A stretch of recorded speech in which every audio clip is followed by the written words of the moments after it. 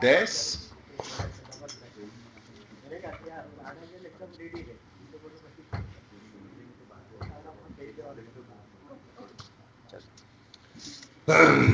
Well then, a very good morning to one and all present here. With immense joy and enthusiasm, we welcome you to this international conference on emerging trends in English studies, global perspectives. Please join me in welcoming on dais Honorable Dr. Kishore C. Chavda ji, Honorable Vice Chancellor Veer Narmad South Gujarat University Surat, who is presiding over the session today, Honorable Dr. Ramesh Dan Gadvi ji, Honorable Registrar Veer Narmad South Gujarat University Surat, Dr. Ashok K. Mahapatra, Professor of English, St. Xavier's University, Kolkata, who is the keynote speaker for today, Dr. Jyotika Ramprasad, Professor, School of Communication, University of Miami, Coral Gables, USA, Professor Mahesh Day, Professor and Head, Department of English, Dr. Sunil Shah, Professor, Department of English, who is the coordinator of the conference. Over the centuries, English studies has grown beyond classical literature, embracing diverse voices, digital storytelling, and interdisciplinary approaches. Today, we live in an era where artificial intelligence is authoring and co-authoring poetry. Graphic narratives are emerging as new ways of storytelling. Post-colonial narratives are rewriting history, and eco-criticism urges us to rethink our relation with nature. As T.S. Eliot noted once, every moment is a fresh beginning. This conference provides a space for scholars to explore how literature and languages constantly evolve, reflecting new identities, cultures, and technological advancements. The written word is no longer confined to a printed page. It extends in an interactive digital platform, social media, and even virtual reality. At the heart of these discussions lie the recognition that language and literature are more than just academic subjects. They are living, breathing forces that shape perceptions, challenge norms, and build bridges across cultures. As we navigate this evolving literary landscape, we must continue exploring new methodologies, embracing diverse perspectives, and emerging with new storytelling and scholarship interest with our digital and globalized world. The conference invites scholars to reflect on these transformations and contribute to the ongoing dialogue about future of English studies. Through this interdisciplinary exploration, we can better understand how literature and language continue to adapt, influence, and inspire all of us across time and space. Let us seek the blessing from divine before we begin this international conference. I request Harshad Dugal, a student of semester 4, to offer a prayer for all of us.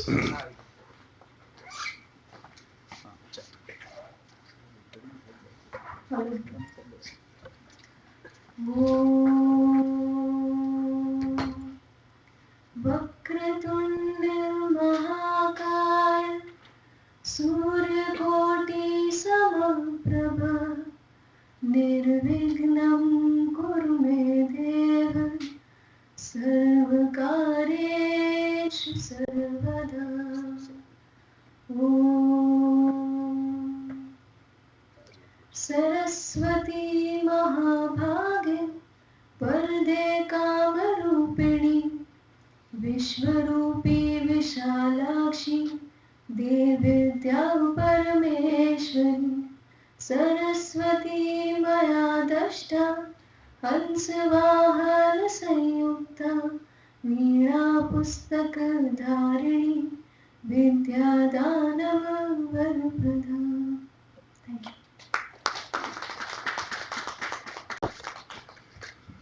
Now that we have sought the blessing of divine, we take the program forward. As per our tradition at the university, we begin all auspicious occasions with university song. I'll request everyone to rise for university song.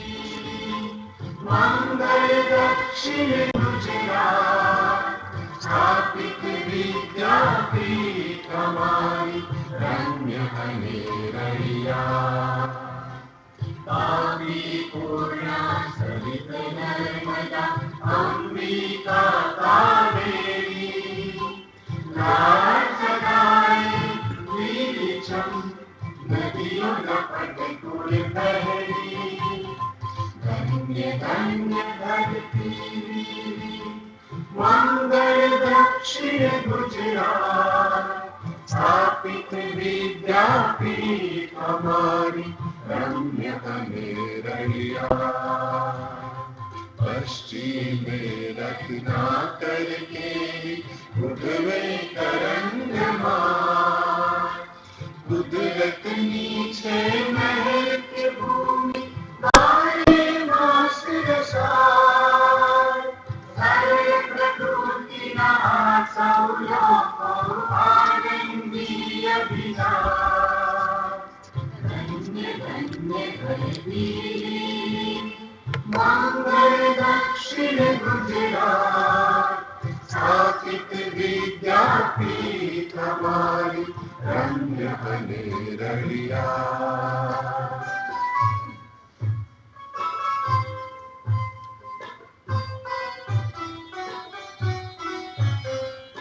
दक्षिण गुर्जर क्षेत्रनी विद्यापीठ हमारी माता दक्षिण गुर्जर क्षेत्रनी विद्यापीठ हमारी माता सत्य ज्ञान में अनंत निज उज्ज्वल उदिताता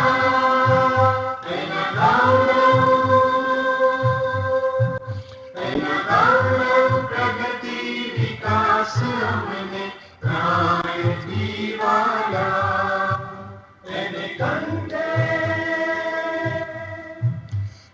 कंठे तेरा विशु सिद्धि जयमाला जयमाला जयमाला विद्यालय चरण धरिए निष्ठाना पालिया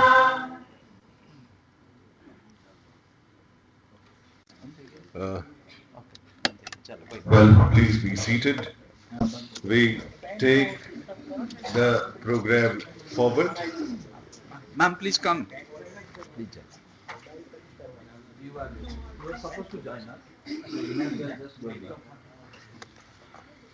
Well,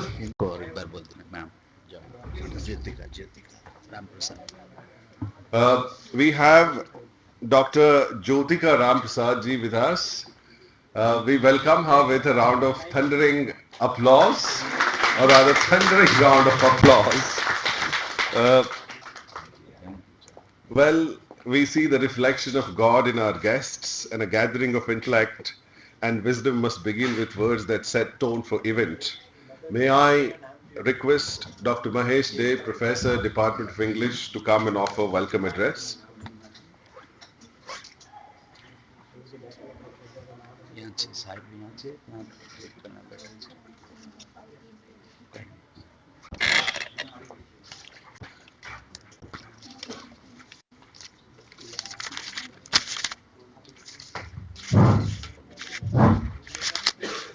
So good morning.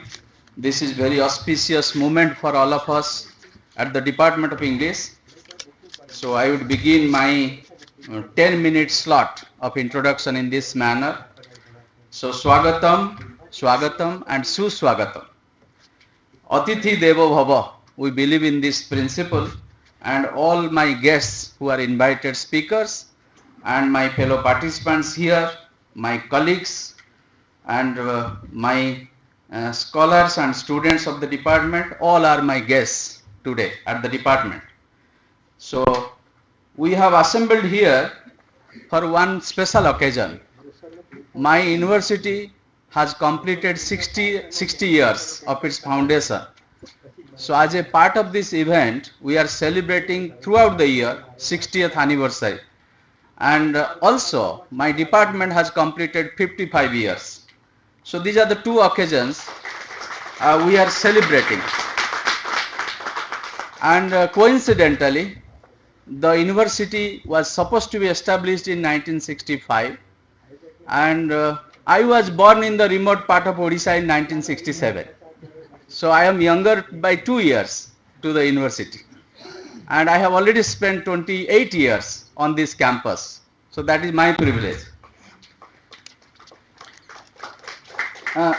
So at the outset, I would convey my heartfelt thanks to our Vice Chancellor Sahib and to our Registrar Sahib, who have sanctioned us the budget with a special Board of Management meeting. And we are very privileged as the English department on the campus to grab the opportunity and to have the events. So I will always appreciate the gesture of the Vice Chancellor Sir to be very supportive and dynamic, and if he encourages with finance and we are there to go ahead, money is very important. So the green signal should come from the head office regarding the money. So that's why we are now on this occasion. I invited many persons internationally and nationally. So 10 actually confirmed. It is like fast come fast serve basis. And 2 declined at the last moment because of their social problems. So 8 distinguished professors will be with us during these 2 days. So they include Professor Ashok Mahapatra, retired professor from Sambalpur University, Professor Anand Mahanan from FLU Hyderabad, Dr. Kalyan Chattopadhyay, he will join us tomorrow, Rishikesh Singh, Dr. Binita Agrawal, Daya Disanaike, and Dr. Jyotika Ram Prasad, the Fulbright scholar in India. Because of her presence and Daya Disanaike, we could befittingly say that this is international conference. So they are our international guests. I, on behalf of my university and the department, welcome you all to this international conference on English studies with global perspectives. Let us deliberate, interact, and reflect on various scholarly research papers and topics, and carry sweet memories during your intellectual engagements for these 2 days. I received many messages from other participants all over India. Why not to go to blended mode? But I expressed my inability because that will be very chaotic, and we wanted participants to remain present physically on the campus to have the experience personally.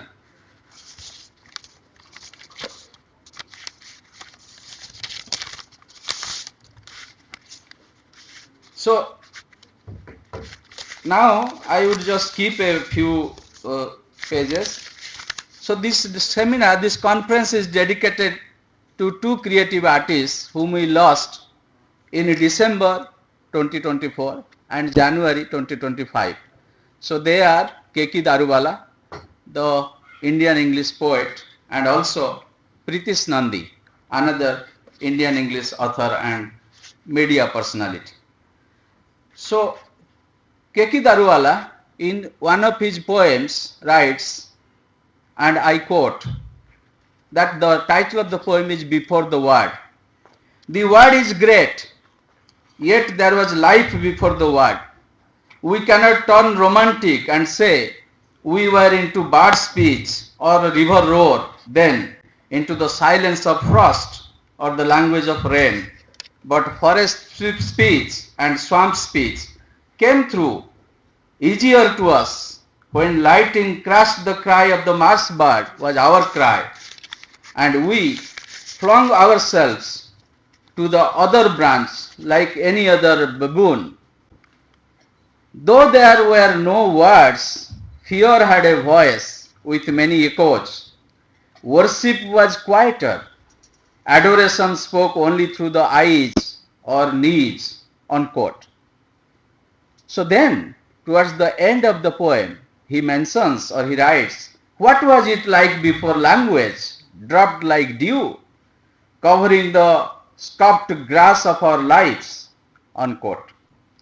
So we know Keki Daruwala, and those of you who have not read yet, you must go to your internet sources and know about this person who came from Lahore and born in 1937 or 36 and came to India, became an IPS officer, and how he established as an Indian English poet.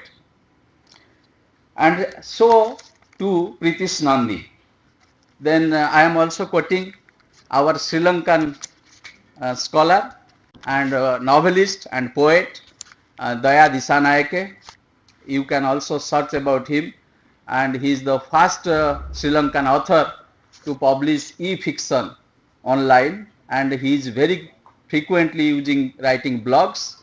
And in his one fiction, I was going through a few days back, the Guru, what was the title? It is called, I am just, I mentioned that, the Guru Testament, the Sadhu Testament. So his website is called sadhu.com. And here he writes the first chapter, that is called Genesis. And he mentions there, a healthy mind in a healthy body should be the prime principle of getting the happiness. So he says, if you want to heal your body, your mind should be calm and clear. So we want our mind should be clear and calm to be good research scholars and to be very good professionals in future. In order to make your mind healthy, you should always try to keep your body healthy. And so then only both happiness and what we say moksha or spirituality in your life. With these words, I welcome all of you who are present here and those who are outside working in the background, those who are on the way to join us. And I stop here. Thank you very much. Well, thank you, Professor Day, for those words of wisdom. We will now welcome and felicitate our dignitaries and guests on the dais. I would request Dr. Mahesh Day, Professor and Head Department of English, to welcome Honorable Dr. Kishore C. Chavda ji, our visionary Vice Chancellor. He will welcome Vice Chancellor sir with an emblem of Veer Narmad and university scarf.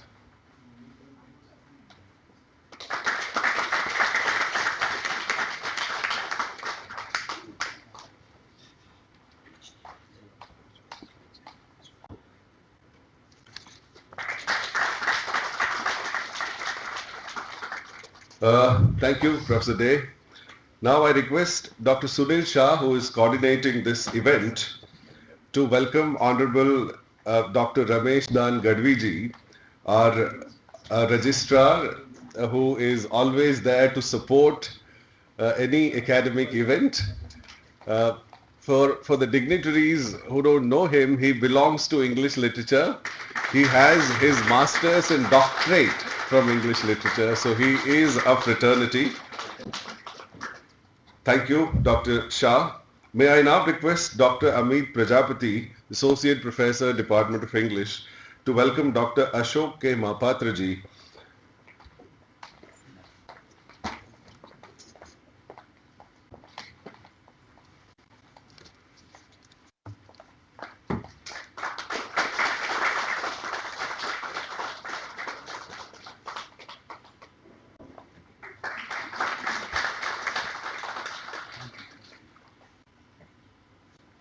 Thank you, Dr. Prajapati. May I now request Dr. Rekha Parmar, Associate Professor, Department of English, to come and welcome and felicitate Dr. Jyotika Ramprasad, Professor in the School of Communication, University of Miami, Coral Gables, USA.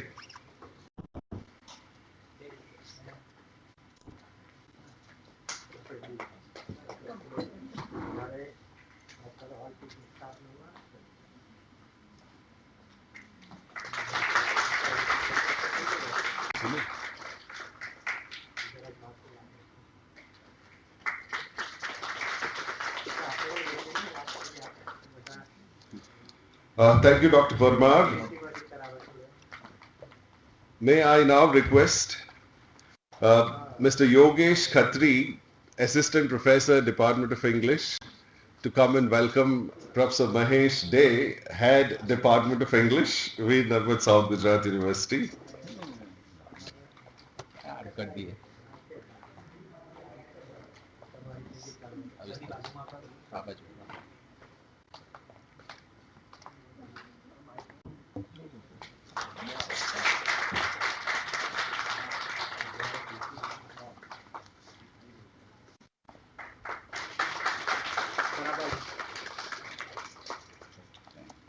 May I now request Dr. Mihir Mori to welcome Professor Sunil Shah, the coordinator of the event.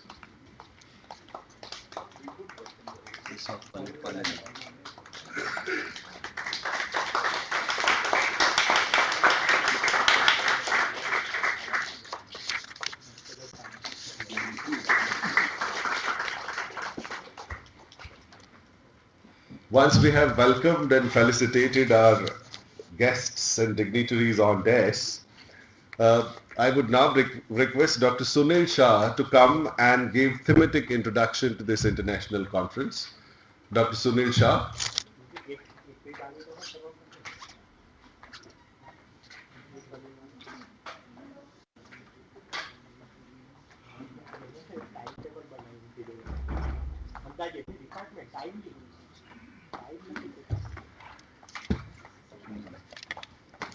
Honorable dignitaries on and off the days, esteemed scholars, distinguished guests, dear students and fellow academicians.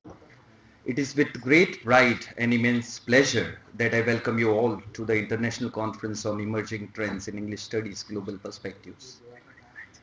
This prestigious gathering, hosted by Department of English, VNSGU, South Gujarat University, Surat, is a platform for vibrant discussions, critical inquiries, and insightful engagements with the ever-evolving field of English studies. As we stand at the crossroads of tradition and transformation, English studies has expanded beyond literary boundaries to engage with digital humanities, eco-criticism, post-colonial narratives, gender discourse, and the global-local interplay shaping our linguistic and cultural landscapes. This conference seeks to explore these intersections, fostering interdisciplinary dialogues that reflect the dynamic and transformative role of English studies in addressing contemporary global challenges. Over the next 2 days, we anticipate engaging discussions, groundbreaking research presentations, and thought-provoking debates. This will further our understanding of English studies in globalized world. Let us embrace this opportunity to connect, learn, and reimagine the future of our discipline. With this, I extend my heartfelt gratitude to all our esteemed speakers, panelists, participants, and organizing members who have made this event possible. May this be a fruitful and enlightening experience for all of us. Thank you. Well, that was a detailed brief, a concise introduction to the international conference, taking the program forward. We are privileged to have an esteemed academician and administrator with us, our Honorable Registrar Dr. Rameshdan Gadviji.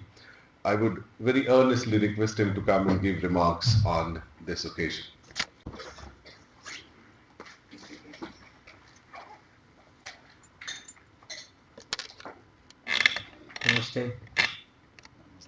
Namaste. Namaste. Respected Vice Chancellor Dr. Kishore C. Chavda sir, respected Head of the Department, respected dignitaries on the dais, all Head of the Department, respected teachers, dear student. This year we are celebrating the 60th establishment of our university. We are lucky that this English department started thereafter after 5 years of establishment of our university. So department is going to complete 55 years and our university is going to complete 60 years in May 2025. So we are lucky that we are part of these celebrations, and recently we have received grants under the PM USHA 100 crore grants, and out of that we allocated 20 crores for our research center. So we are lucky that research activity is taking place at university campus. If we want to make a Viksit Bharat in 2047, we must have to focus on research activity, R&D, and particularly this department is very vibrant. I congratulate the team of Department of English for conducting continuously seminars, conference, workshop, etc. Today we have a galaxy of scholars. So always in our administrations, our gurus are advising not to speak too much because we have a galaxy of scholars. On behalf of VNSGU South Gujarat University, I welcome all of you and particularly our guests, those who have accepted our invitation and they are today here. Thank you very much. They say brevity is the soul of wit. Thank you very much for that brief but an inspiring inspiring remarks. Now we go to the presidential address. We have our visionary and dynamic leader, Honorable Dr. Kishore C. Chawda ji, our Vice Chancellor. I request him to come and bless us with his words of wisdom.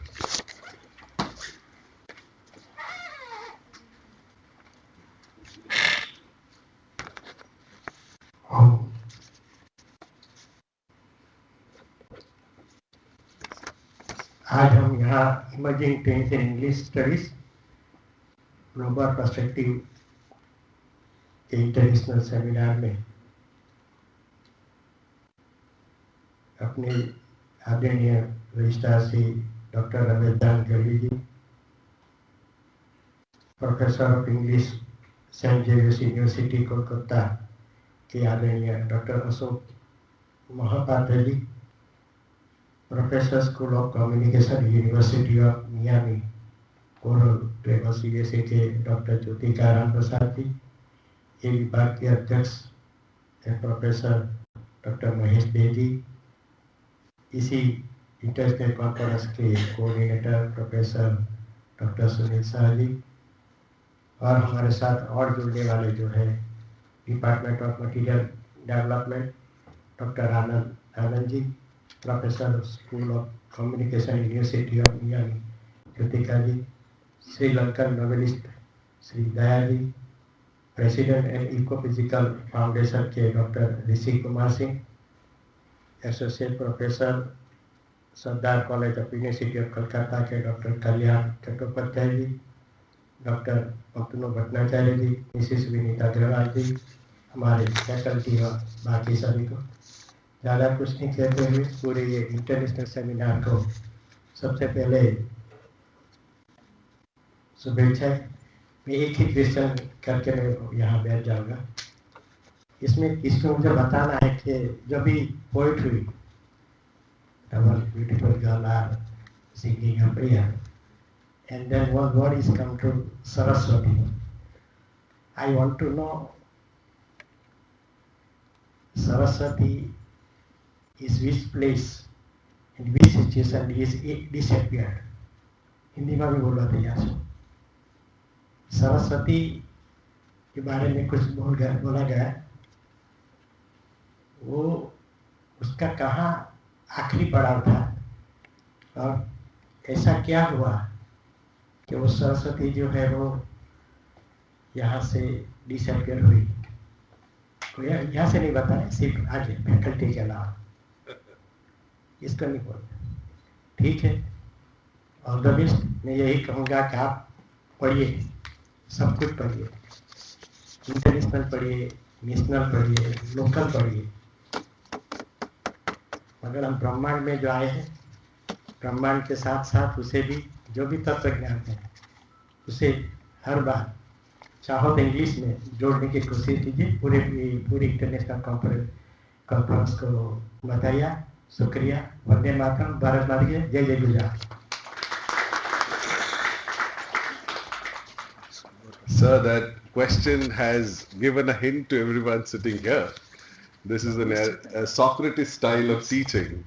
Not teaching, but asking questions, and then you sit and ponder. Thank you very much, sir, for those words which inspired all of us, and you continue to inspire us by your presence. He is in the university after so many days, but he still graced this occasion. Once he moves out from this space, he's going to be overcrowded, I know. Thank you very much, sir. Now, towards the end of this event, since this inaugural is coming to an end, an event of this magnitude will not materialize without efforts by so many. And thank, uh, I would officially offer the vote of thanks. Respected dignitaries, esteemed guests, scholars, faculty members, and dear participants. As we conclude this inaugural ceremony, it is my privilege and honor to extend the vote of thanks on behalf of Department of English, VNSGU South Gujarat University.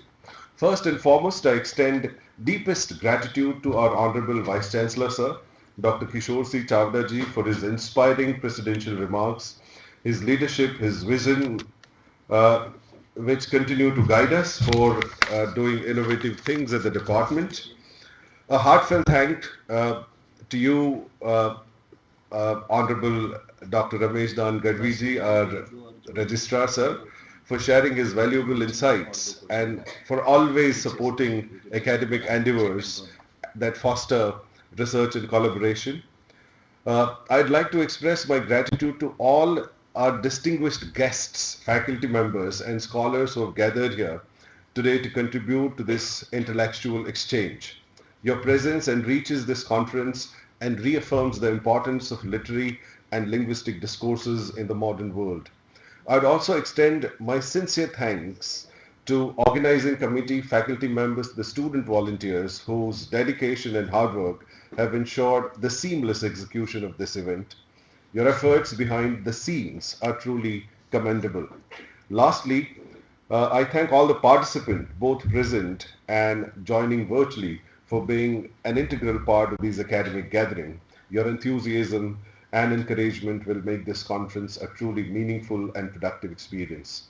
As we move forward to the next section of this conference, I encourage everyone to actively participate, share ideas, and build new scholarly interaction.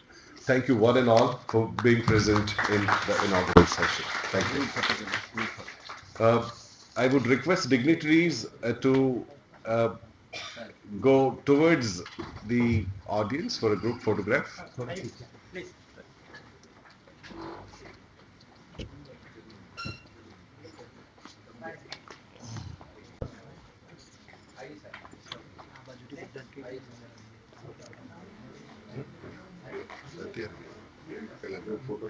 તમે અંદર બેસી જાઓ થોડી વાર.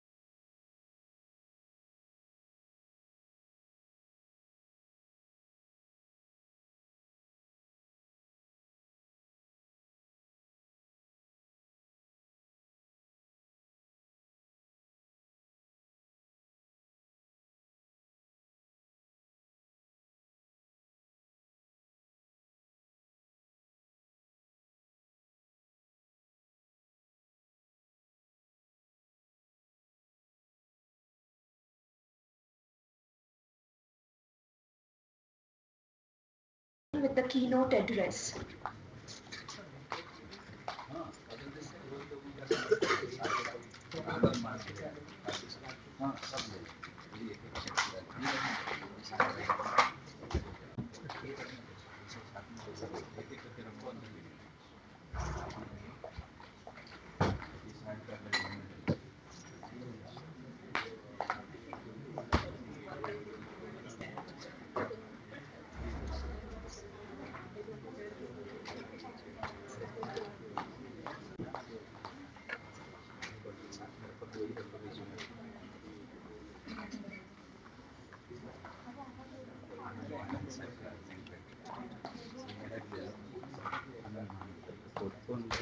आनंद मानंद है ना पहला The speaker is Dr. हाँ Ashok. सब महापता उनका है और ये Chair Anand Manand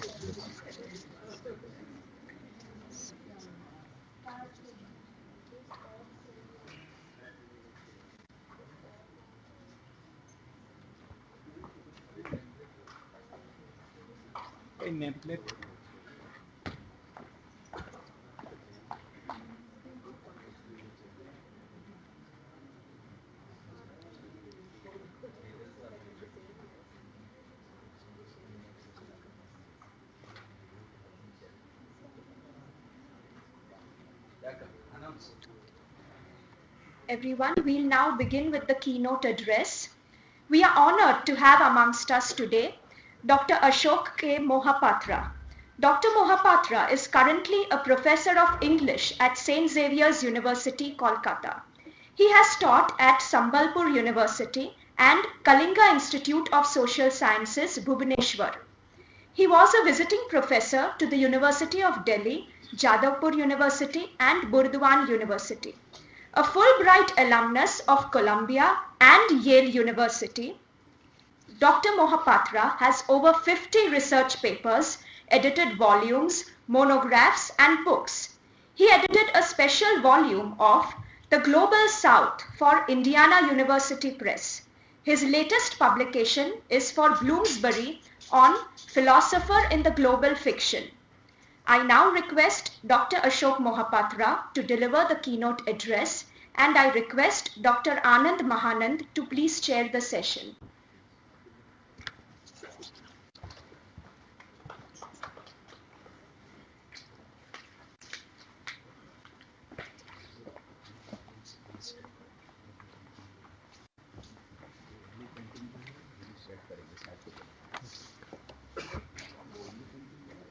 So may I interrupt? If you can just take your seat, we need to. Oh sure yeah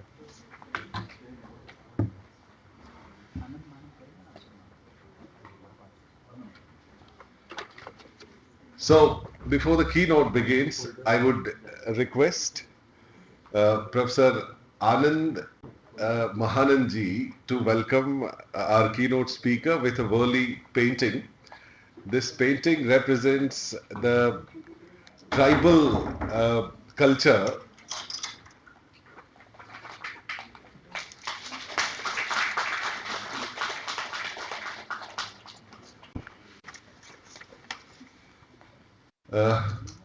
Well, thank you. Sir, stage is your all. Your stage is all yours.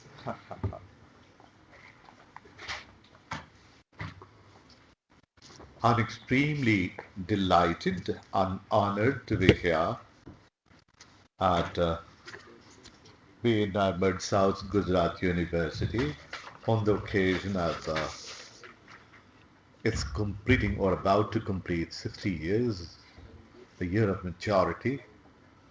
And when I accepted this offer, emerging trends, I was struck with a strange and even the romantic period down to the modern period seems to persist, and the gap has even wider. And it is on this subject I would share with you some of my reflections, but please do not misconstrue it as a keynote that dampens rather than excites. But the problem is, while we are engaged in interdisciplinary studies, let's not be swept off our feet. We would always examine critically, dispassionately I should say, examine examine our position. Are we losing grounds to the other subjects as we try to rub shoulders with them? So on this note, let me begin what I have to say. I wish to talk about the circumstances leading to disenfranchisement of the humanities from the circle of knowledge considered useful and productive in a purely political economy that is dominated by utilitarianism. This is a crisis for a core humanist subject like literary studies in its desperate need to ally itself with theoretical concepts and issues not just of the social sciences but also environmental studies, economics, genetics, neurosciences, medicine, data mining, artificial intelligence, and so on. And we have all kinds of humanities now. The plethora of these terms overwhelm us, bewilder us. Eco-humanities, critical humanities, digital humanities, medical humanities, energy humanities. Well, the list is very long. These are exciting, multidisciplinary fields that try to relate the concepts and theories of various knowledge domains to human experience in well-defined problematic contexts. For instance, should there be a role for empathy? An imagination on the part of a doctor while treating a patient. After all, the patient is a human being who is suffering, not a case. Interesting from academic point of view. Should a doctor treat the patient as a human being, suffering from a disease rather than a pathologized organism already defined so scientifically, and his treatment has been laid down in terms of certain well-defined principles and procedures of therapy. Here we find medical science, well, help perhaps literature so that doctor would be less a heartless clinician with the domain knowledge of medicine, and he should be a health service provider with empathy, compassion, ethical sense, in addition to the domain knowledge.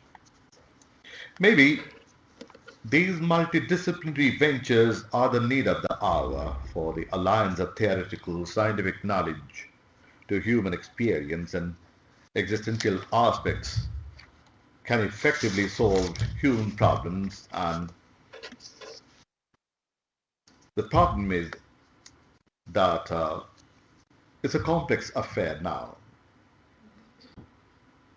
I do not deny the excitement and the effectiveness of such interdisciplinary engagements, but my chief point is in that inter or multidisciplinary inflections of humanities, however exciting and useful, is born out of a crisis that the subject of humanities, particularly literary studies, have suffered on account of the fragmentation of knowledge and the consequent dissociation and devaluation of humanities disciplines at a certain point of time. I want to argue that the current scenario of multidisciplinary proliferating of different disciplines in the academia, often with the finding and funding in a global structure of knowledge economy, engenders an overwhelmingly heterogeneous epistemic field with multiple points of claims for legitimacy and ethical positioning. What is problematic is that in this field of contestation, which is never ending, no particular truth claim is considered reliable or final, leading to epistemological bewilderment and indeterminacy of judgment, both extremely disorienting for aesthetics and poetics. I should make a survey of the classification and regrouping of disciplines in order to show how a decline in the importance of humanities took place.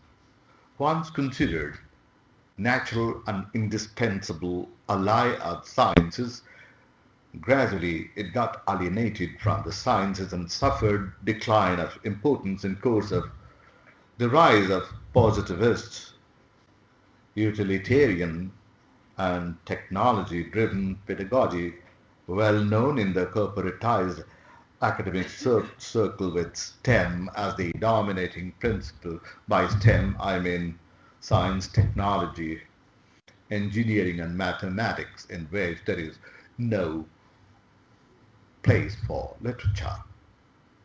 The historical knowledge would perhaps be useful to make us a little skeptical about our own position as humanists, making overtures to other disciplines.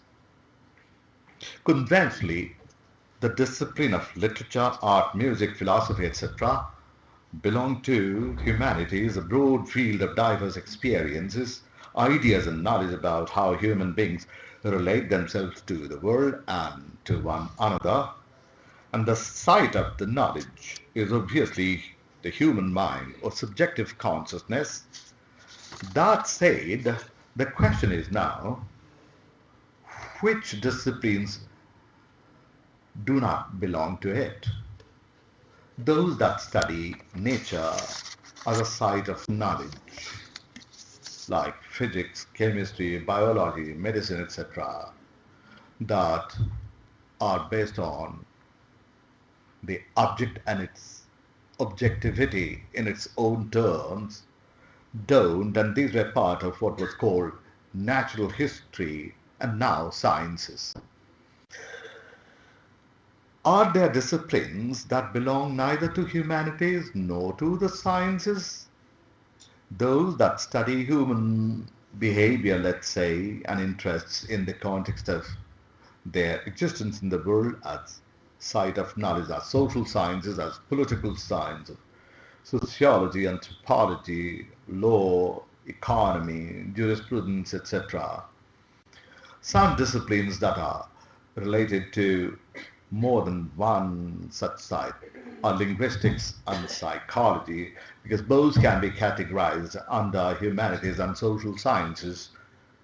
Applied sciences and technology that branch off from pure sciences have their sites of translating knowledge that consists in transforming theoretical and pure sciences into ideas and devices and services that make life more convenient and comfortable to live than before, with much less suffering and pain. This kind of disciplinary taxonomy in the triad of humanities sciences and social sciences with respect to the three sides of knowledge is a modern phenomenon.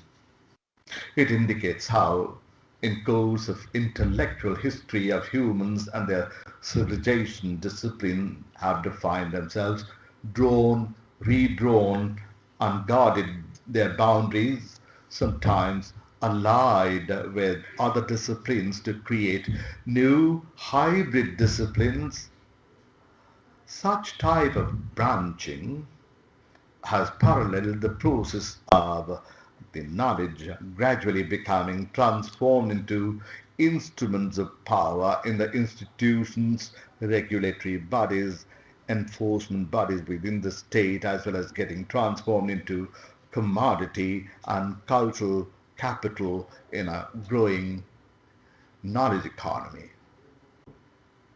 Now, if we make a comparison between what is enlightenment, that essay that Immanuel Kant wrote in 1784, and exactly 200 years after, in 1984, Michel Foucault writing his essay under the same title, we can understand the changing nature of our inquiry into knowledge. The contemporary scholarship is not interested in knowledge per se as enlightenment that Kant was talking about. This pure light of knowledge that makes us autonomous subjects. It frees us from the shackles of ignorance. Knowledge is something to be explored. But Kant says, well, and Kant says that I have a right to know and I must know, I must prove myself as an enlightened. By enlightened he meant the autonomous, freedom-loving being. Now there he wasn't thinking of how knowledge can be produced, but now the vocabulary has changed. We don't discover knowledge. We are not like Newton, who said that, well, I am like a child collecting pebbles from the vast shore of knowledge that lies unexplored before me. Knowledge is a priori. It is already there. I'm merely a discoverer. This kind of modesty, humanist modesty, has been replaced by this new idea, knowledge producer, knowledge production. In the contemporary scholarly discourses, we talk about production of knowledge, that we produce knowledge. Now this entire emphasis on productiveness and utility is, I should say, basically anti-humanist. I wish to emphasize that the modern knowledge taxonomy, so outlined, is very different from the knowledge taxonomy of classical antiquity, and that a spirit of unity animated human mind and understood the universe in its totality as a wonderful system of correspondences centuries ago.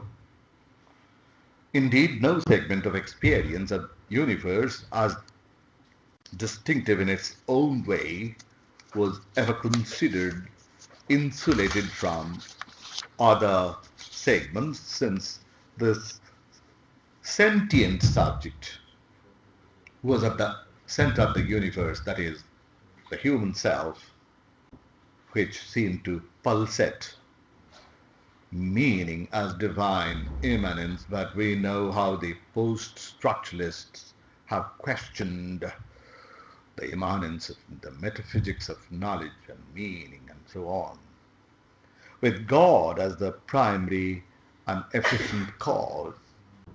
But God is, well, a kind of a highly, overhyped, uh, uh, transcendental, signified, as Derrida would say. For example, Pythagoras, who belonged to the 700 BCE, his concept of harmonic intervals explained mathematically in terms of the ratio of whole numbers how musicology and mathematics were cognate subjects and were allied with cosmology and theology.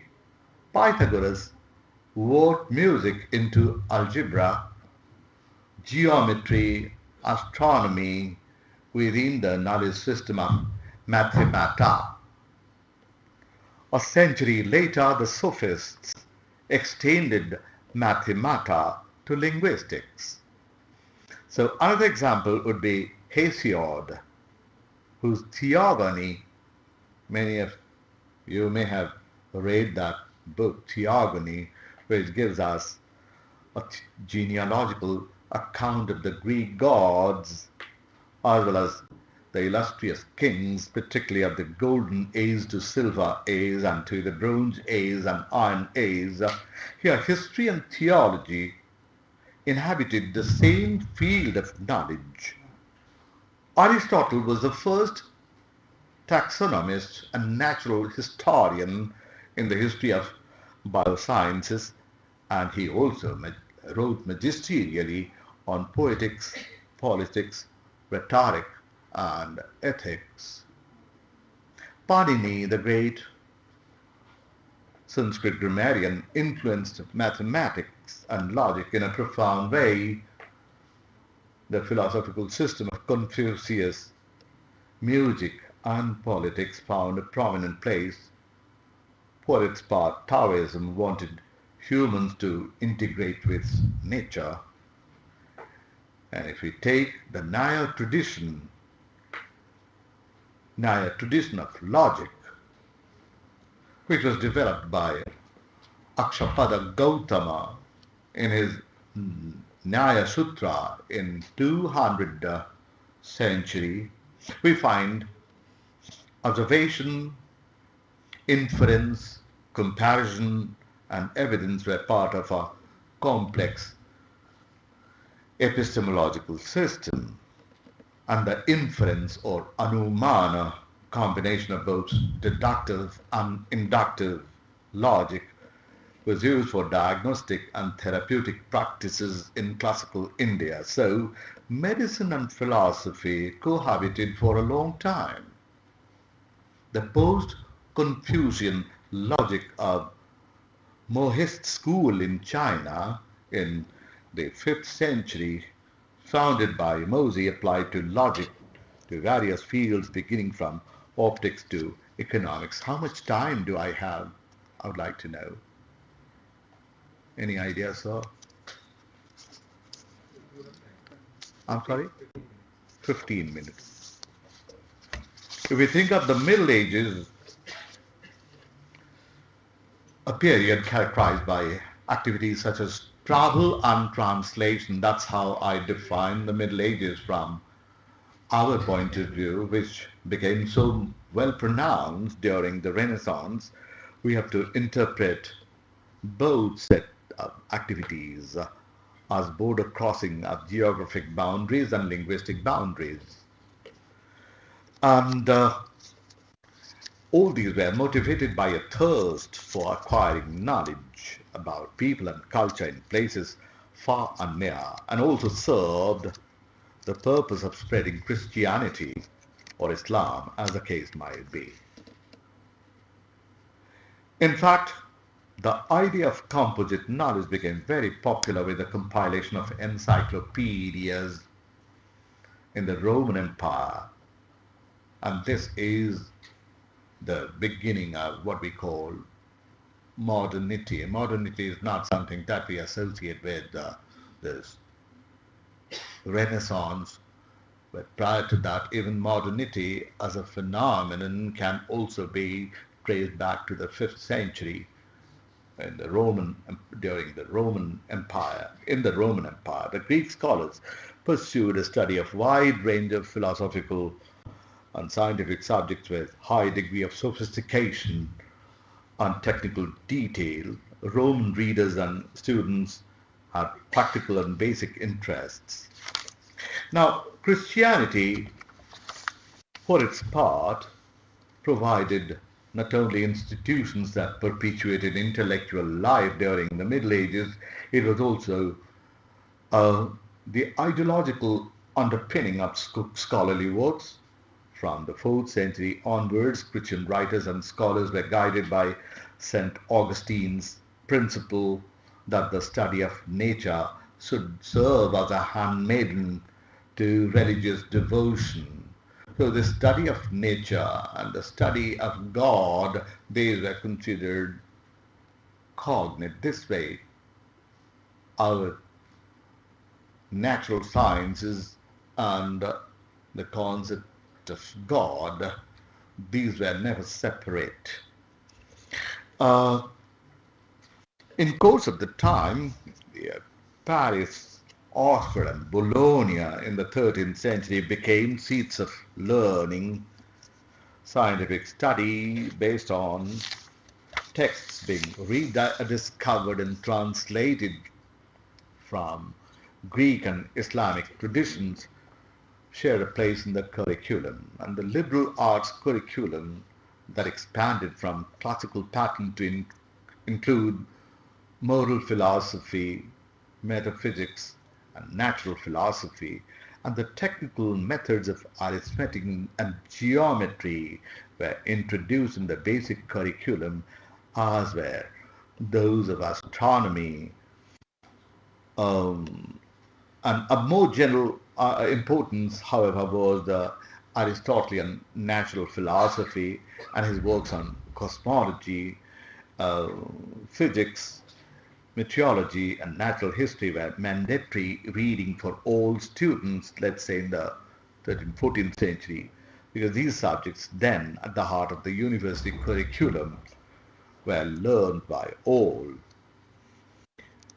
And particularly Aristotle's commentary upon these various subjects were considered true pieces of knowledge. While the subjects themselves remained organized in separate areas of study, what I'm trying to say is that the methodological approaches began to be applied across disciplines, and the critical evaluation and statements and characteristics of Aristotelian logic was used to make claims about nature and even theological doctrine. This led to tension between the church and the universities. Several times during the 13th century, the Pope issued bans on the study of Aristotle, but Aristotle's works continued to be irresistible to scholars, and much effort was devoted to reconciling Aristotle's claims with those of the Bible. And this idea of handmaiden ideal emphasized, or it motivated scholars who tried to bring Aristotle's scientific claims in line with Christian theology. In the Renaissance, revival of classical learnings was also coeval with the explosion of knowledge in various fields. I don't wish to go into the details. In very simple terms, the classical Greek view of nature was that it's an intelligent organism with its inherent principles and rules that man could discover. This was Aristotle's view. If we look at St. Thomas Aquinas' view of nature in his Summa Theologiae, which is 13th century work, he credited it with a benevolent and moral purpose in the light of nature, and the light of nature to guide man. So in nature, reason was manifest. This whole idea of providence, for instance, which we find, down from the Greek until the Stoics and early, throughout Christian philosophy, providence is in natural order. And Spinoza, from his naturalist standpoint, his Tractatus Theologicus Philosophicus in the 17th century gave an account of nature as a system of laws in various domains according to which the essence of individual bodies, including human, are realized. Kant, for instance, said that the unification of sciences had groundings in the concept formed by reason as the primary category. At least we humanities people have less division among ourselves than the scientists. Scientists belonging to different disciplines don't even see eye to eye. Now this grand unified paradigm of science, which was so you know so vibrantly present, let's say in the 17th century and even in the 18th century to some extent, and 19th century too.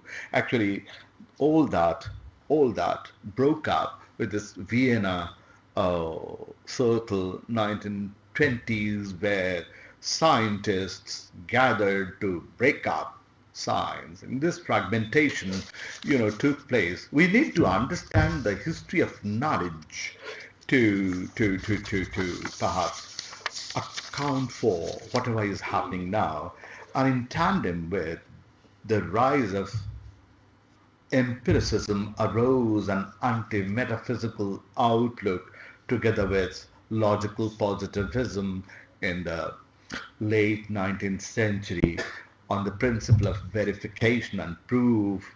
It formulated a scheme of reductionism in terms of some sciences being considered more basic than other, physics and chemistry more basic, let's say, than biology, and biology more basic than the social sciences, and so on. So this kind of hierarchization, it all began in the second decade of the 20th century, and the basic sciences were to be articulated in terms of the less basic sciences were to be articulated in terms of the more basic sciences.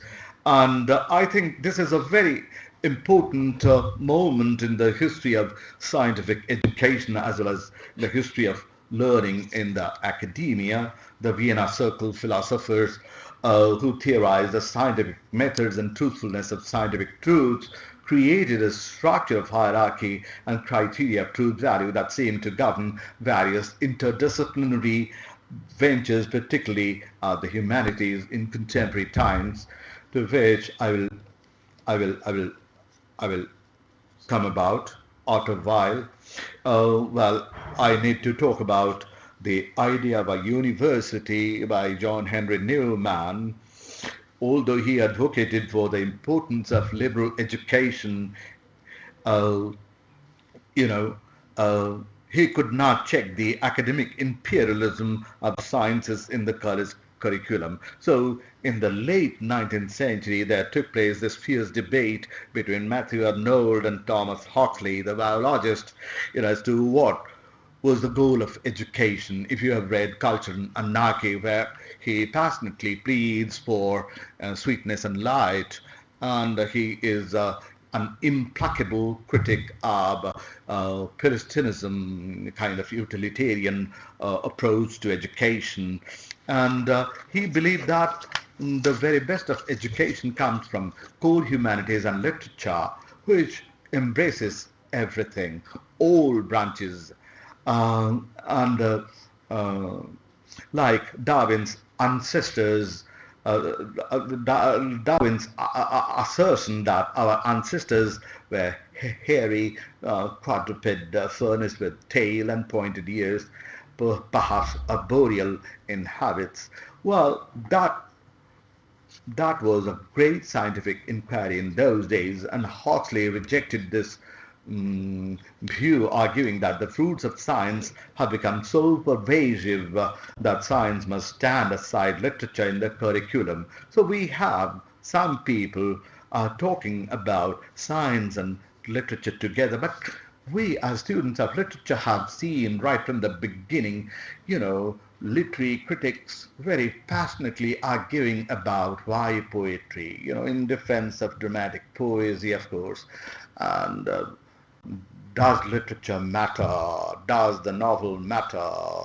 Apology for Poetry, Philip Sidney, the defense of poesy, and so on and so forth.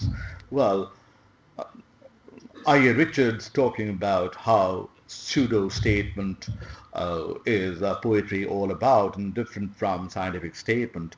Now, this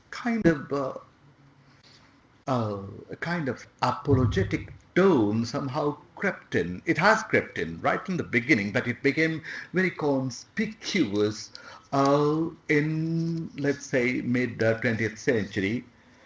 And my purpose, we are not going to go into Shelley's position, let's say. I will take another 10 minutes perhaps to wind up. Shelley,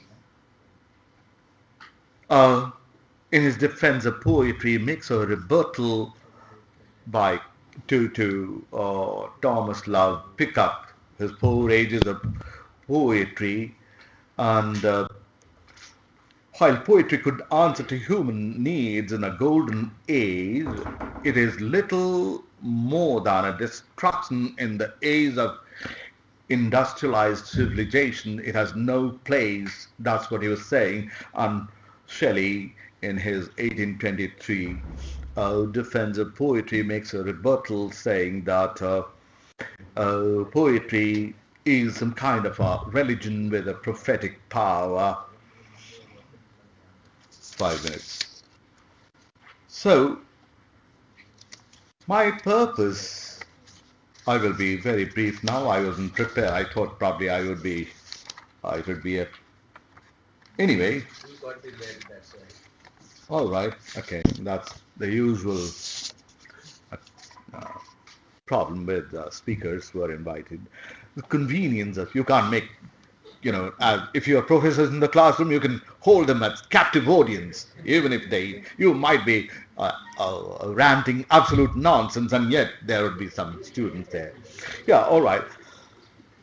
My problem, now I'll come to the root of the problem, but one thing I have made clear, that this STEM regime and fragmentation of knowledge, hierarchization of science, and this idea of the old humanist idea, the whole humanist concept which we have bidden goodbye to, it has given rise to a new phenomenon of what we call interdisciplinarity. And literary studies seem to make heavy use of what is now called critical theory, which is a crutch to lean on the ideas of social sciences and basic sciences in order to change their nomenclature. Critical theory, as you know, itself has been drawn from social sciences and even sciences to some extent, and we in our own critical hermeneutics have incorporated theory to such an extent that we have no option to stand on our own terms but to be subservient to some theory or other. And the convenience of making interdisciplinary alliance with the non-literary disciplines comes to the literary studies mainly through fiction, since feminism and post-colonialism have been largely jaded. Now they are no longer, unless, these have become jaded, if not passé. A large chunk of relatively new fiction with their dystopic and post-human projections how to deal with the problems of environmental depredation, inequity, in the corporate stories of development, stories of cyber, genetic engineering, biopower, and the concomitant ethical problems of traumatic memory, corporeality, geriatric issues, virtual chronotopes, archival memories, preponderance of visual truths, and knowledge, artificial intelligence, dystopic panopticon, and the like. Um, these narratives naturally call for deployment of scientific ideas and concepts through the mediation of critical theory that have multidisciplinary inflections, and courses have been designed, research topics, choosing such works of fiction as deal with issues I enumerated just now, or those that inhabit the interstices of fiction and non-fiction, or those lending themselves to metafictional mode, are now the current things in academia. More of cerebration and ideation and less of aesthetics and empathy characterize the contemporary literary interpretation. These are but survival strategies for literary studies. However, some works are coming up lately. Harvard University thought of introducing L there, so it is STELM. There are scientists, particularly medical humanities, it seems to me, a new area with Siddharth Mukherjee writing the, well, Gene, for instance, or his Gene, an intimate story, and the Emperor of all maladies. It's a wonderful work on cancer, the biography of cancer, for instance, or Thomas Piketty, the Nobel laureate, writing Capital in the 21st Century, dealing with drawing immense resources from 19th century literature by Balzac and Jane Austen and Henry James, etc. Now, these are certain areas that are emerging, and these have some hopes. But the basic question that is very intriguing to me, and with that I'm going to finish my talk. Why are we so eager to rub our shoulders with social scientists? They don't talk about rubbing their shoulders with literature. I gave you examples of Thomas Piketty, and there is one wonderful writer. I always read him, and that is Atul Dawange.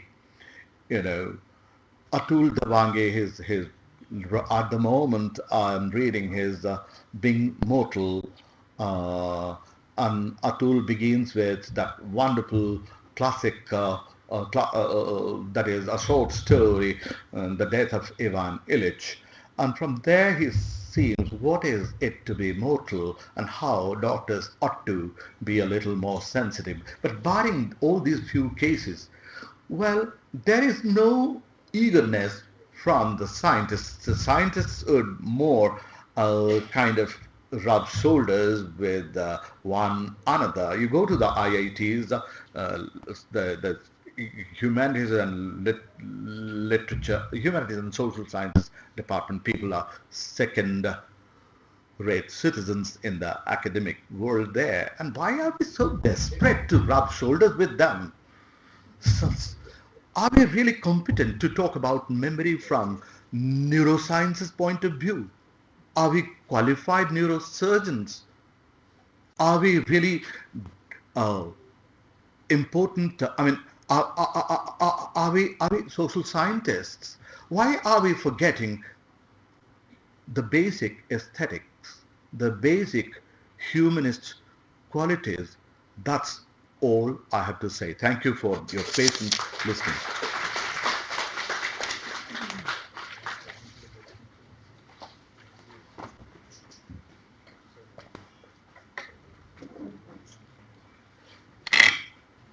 Thank you very much for that wonderful keynote address. It was really enriching and engaging listening to you. Professor Mahapatra provided an outline of history of the humanities. Earlier it was known as composite knowledge. Now it has expanded to different branches or different areas like medical humanities, environmental humanities, digital humanities, and so on. And our students have been taking up research in these areas. The new uh, researchers, they have been taking up these areas as part of their research or thesis. What is the role of the humanities in a university? Uh, we have School of Humanities, and that has Department of Languages, Philosophy, Comparative Literature, and so on. So the aim is to humanize professions, humanize professionals, and he has given us directions and also some insights that will take up in our course of discussion. I would like to thank you again. But his talk has evoked a lot of questions in us, and if you have any questions, he'll be happy to respond to them. One or two questions perhaps.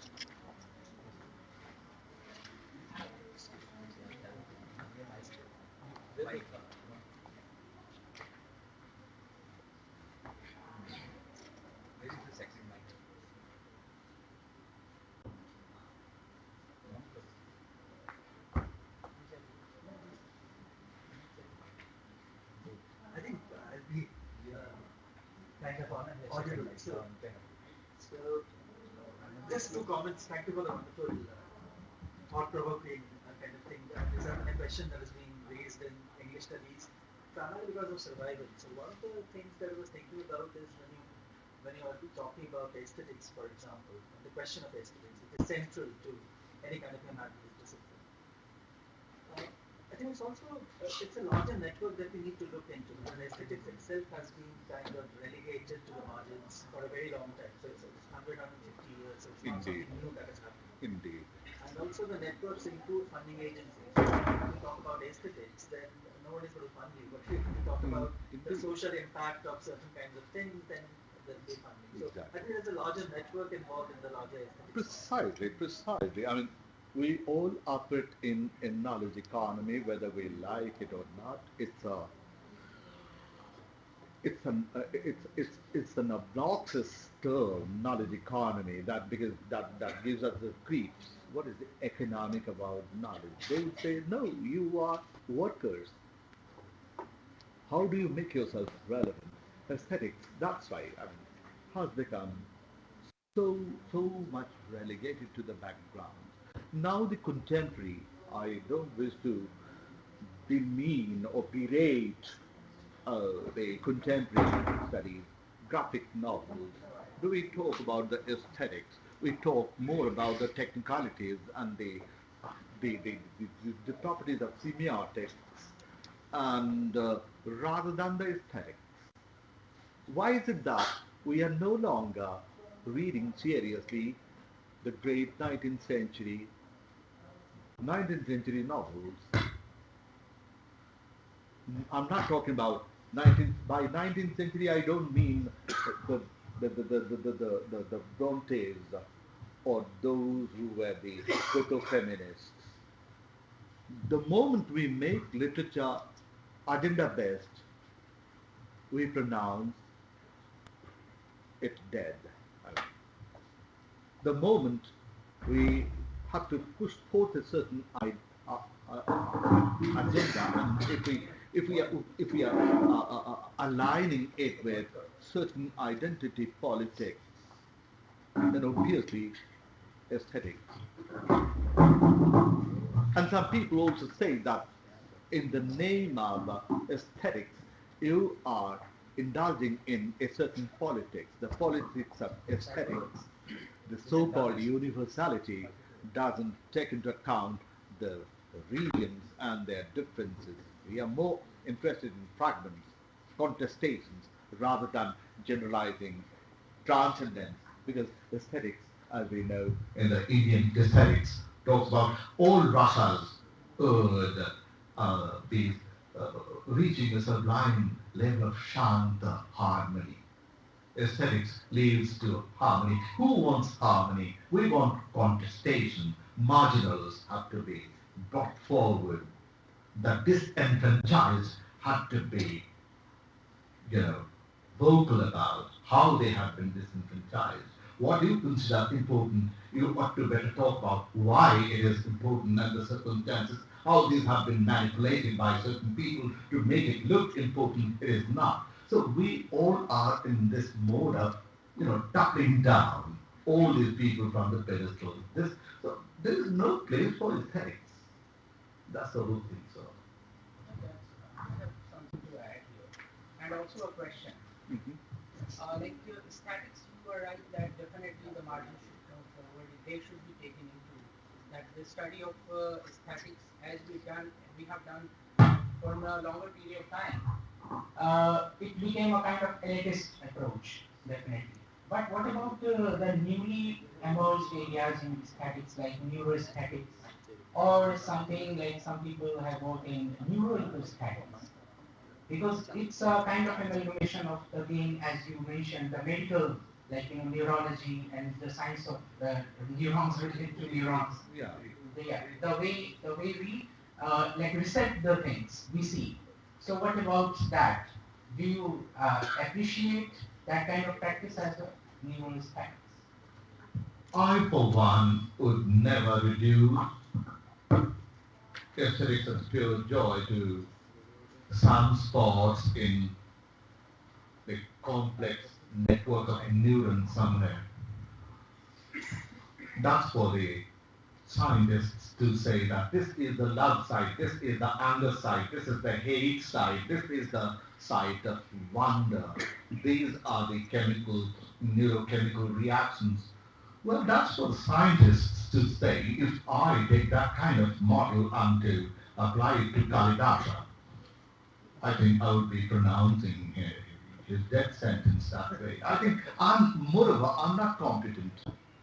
I'm not competent to how do we recall, how do we forget, what are the neuroscientific causes of our imagination. How can I call myself, because I'm not a neuroscientist, a neuroscientist might afford to call that. He can work with literature, not me. Problem is that we are in such a boat where we don't have any claim over any specific expertise, and we are not taken seriously. Do these people, we kind of congratulate ourselves, pat ourselves, gosh, we have been doing great work. Do the neuroscientists and physicists ever believe, oh well, have you? Okay, but how well do you know your subject? That's the whole thing. But I don't wish to discourage the people. I'm pretty old. I don't look old, but I'm very old. Here, But sir, nowadays I found Lacan's theory is also using in literature, and he has given the anatomical discussion. And later there also there are a few, if I talk about feminism, there are feminists also who are using this Lacanian approach, which is talking about the brain and the anatomical strength.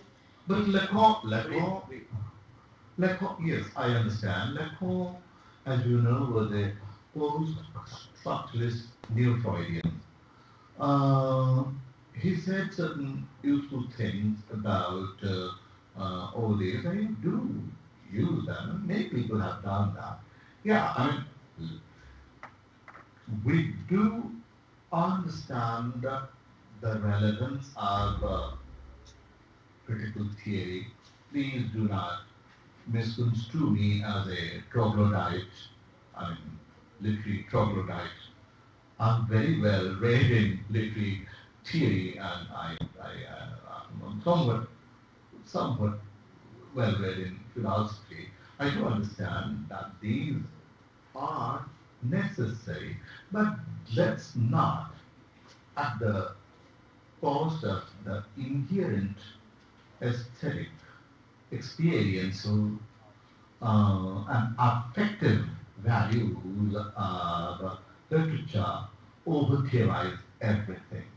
Over-theorize everything. That's the whole thing. We are so desperate. Nobody sounds impressive if not dropping the name of Lacan. We haven't read the whole of Epictetus, but somehow sound bitter. That's the whole problem. Well, we shall wind up now. We can carry on our dialogue during the tea break. No tea break, straight lunch break. Lunch break, okay. So, when you talk of multidisciplinarity, you need to have knowledge of all disciplines or some knowledge about everything, and he has demonstrated that through his conversation, and also one has to be mature to talk, and he is the right person for it. So thank you very much for that interactive session, the brilliant ideas, and let us put our hand together to thank him for this wonderful session. I would like to thank the participation of the audience or the participants. Thank you very much. Thank you, sir, for such an enlightening session. We will now proceed with the first plenary session of the day. We are honored to have with us Dr. Anand Mahanan. Dr. Anand Mahanan has been the faculty of the English and Foreign Languages University, Hyderabad for more than 15 years. Apart from his teaching and research at the university, he develops materials and he designs syllabus for the learners and teachers of English. He has authored about 20 books and he has developed materials for English and Foreign Languages University, IGNU and B.R. Ambedkar Open University. His major publications include English through Folktales, Real English, English for Academic and Professional Skills and Study Skills. He is a bilingual poet and translator. His poetry collections include Outbursts, The Whispering Groves, Ma Matiro Gito, and Mast Kamani. His translations also include tribal folktales from southern Odisha, tribal folktales from Odisha, Bij Mantra and other stories, and echoes of the oppressed, stories of the marginal. I request Dr. Mahesh Dey to welcome Dr. Anand Mahanan with a memento.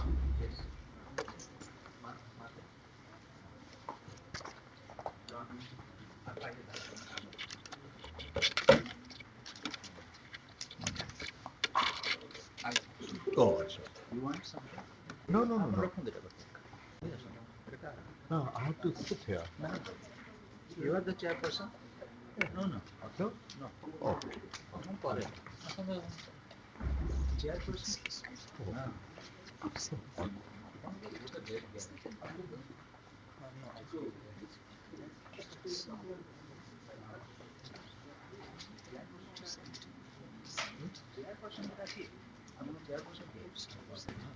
Who is the chairperson? Dr. Atanu. हाँ बुलाओ ना अरे एक साथ I request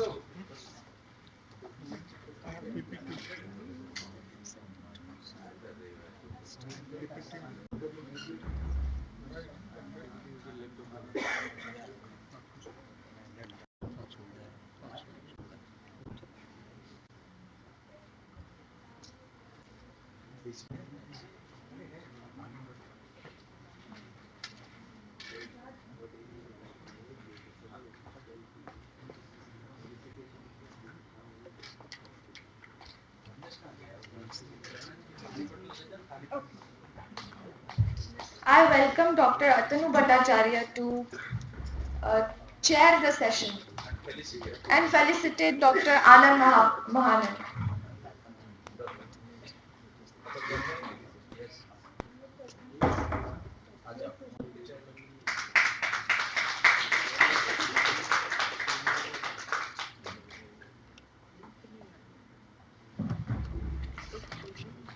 I now request Dr. Anand Mahanan to take the stage.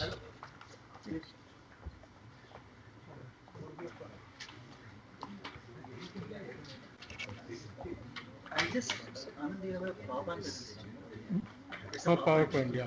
Just go and sit there.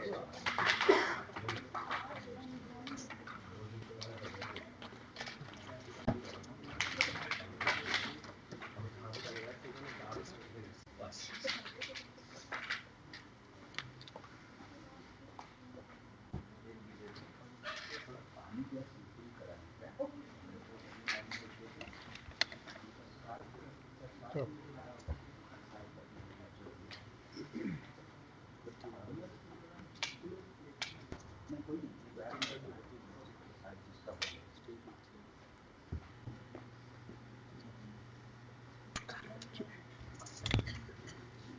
yeah, I would like to thank the organizers for this opportunity.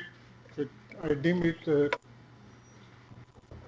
an honor and also privilege to share my ideas with you all. The topic of my presentation is expanding the contour of the humanities, indigenizing syllabus of the English studies.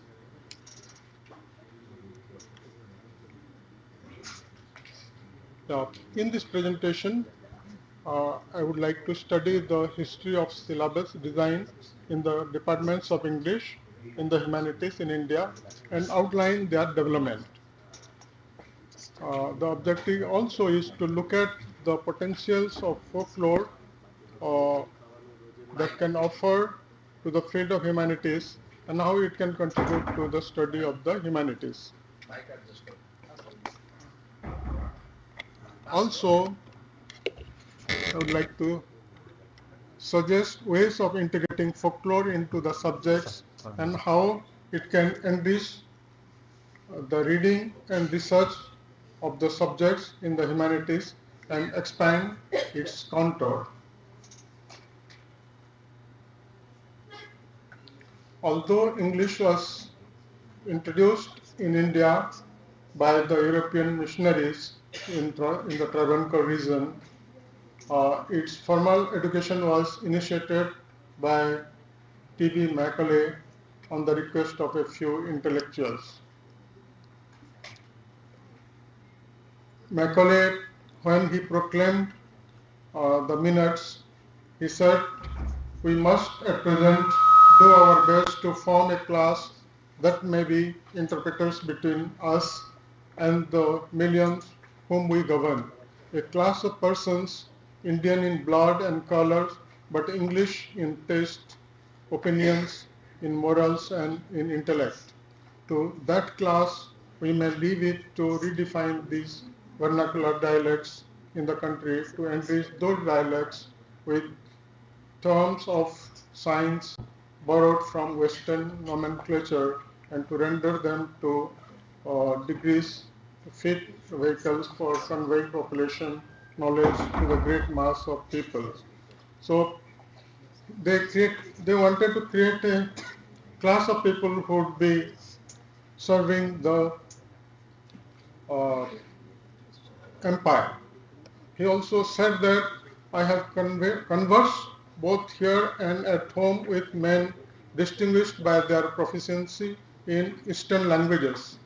I have never found one among them who would deny that a single shelf of good European library was worth the whole native literature of India and Arabia. This is a famous quotation and all of us are familiar with it. This shows the superiority and the arrogance the colonizers had about their culture, and thought about our own culture, native culture. So based on these ideas, they set up 3 universities in India, and those universities are University of Calcutta, Madras, Bombay, and so on. Later, more and more universities were set up: Lahore University, Punjab University, Allahabad University, and so on. And the universities were only affiliating and examining bodies on the patterns of the University of London. So everything was borrowed from there, but here they just implemented these ideas.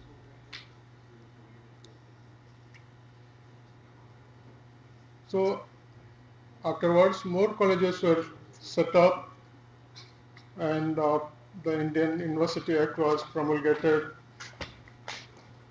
Then after Macaulay minutes who have Oates Despas, that was a bit liberal in view, but it was not implemented.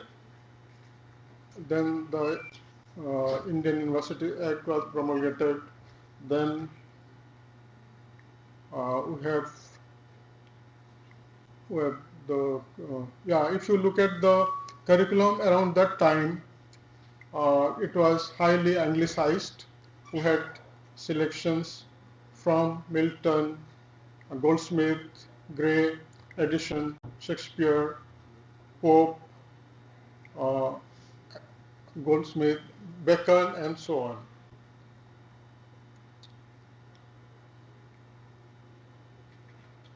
I'll skip this one. Then came the Calcutta University Commission, and it argued for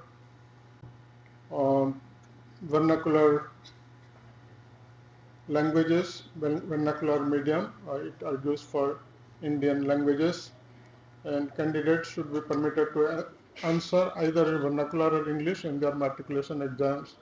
The medium of instruction and examinations in the intermediate colleges and university should be English. So if we observe the English syllabus and textbooks were totally anglicized. Even after independence, the nature of English studies was largely elitist. So teachers who were trained abroad or teachers who were British, they used to teach here, and the syllabus was imported, and that was the situation. And Alok Mukherjee, in his book The Gift of English, talks about the entire process, and very interesting. He gives an example of his English teacher who was very elitist, and she expected the students to have adequate level of English before entering the university.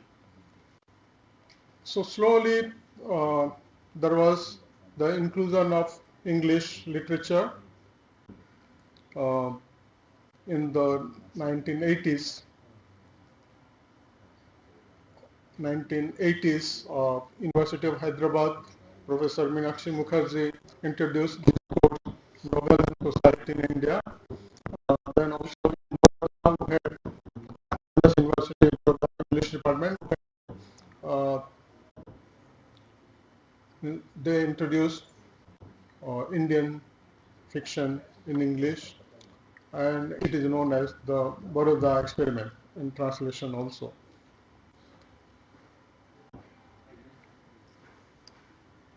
So slowly the syllabus was revamped, and efforts were made to Indianize them by including Indian aesthetics, papers like Indian aesthetics, Indian writing in English, Indian literature in English, translation, and so on. But it needs to be expanded further, Indianize further. So inclusion of folk traditions in English syllabus can be thought about, um, because India has two traditions of knowledge system. One is literary, another is oral. They go hand in hand. So oral traditions precede the literary tradition or the written tradition. It is not outdated. Some people think that it is an outdated system, but it is not outdated, but it complements and supplements the written tradition, and it prevails even now. And I am aware that I am uh, in this part of country where there is a sizable tribal population and there is a vibrant oral culture.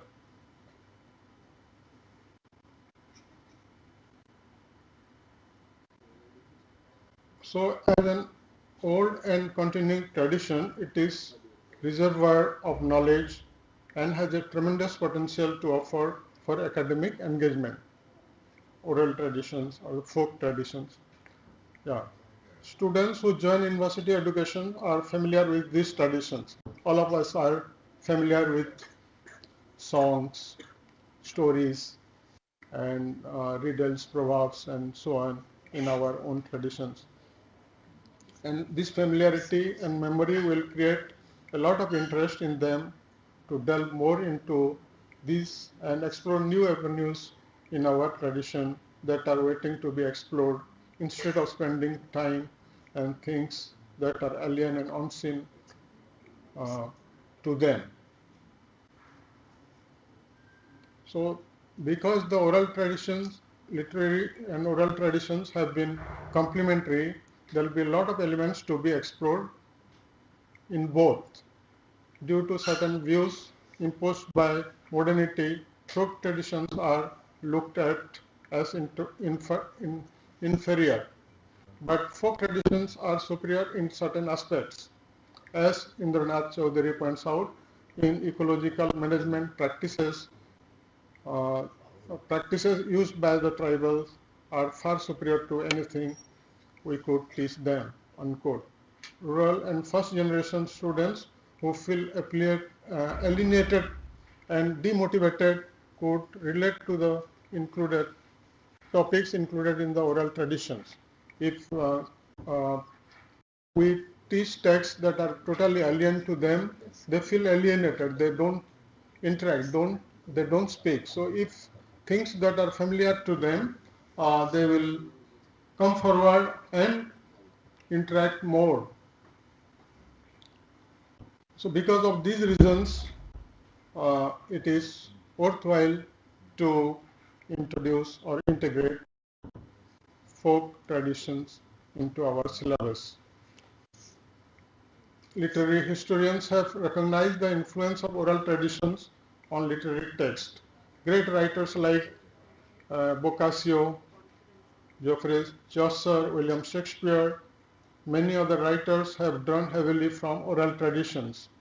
Among Indian writers, Rabindranath Tagore, Sarojini Naidu, Mahasweta Devi, Girish Karnad, Chandrasekhar Kambar, all have derived materials from folk traditions. Certain motifs of folklore, as given below, are common in many literary works. For example, escape of a son or a daughter and they being rescued by some unidentified persons like a fisher folk. This is a motif we find in films, in novels, in stories and so on.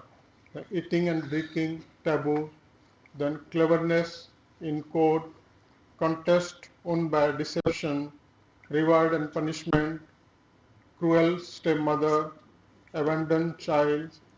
So students can be educated to explore such elements like motifs and so on in literary works too.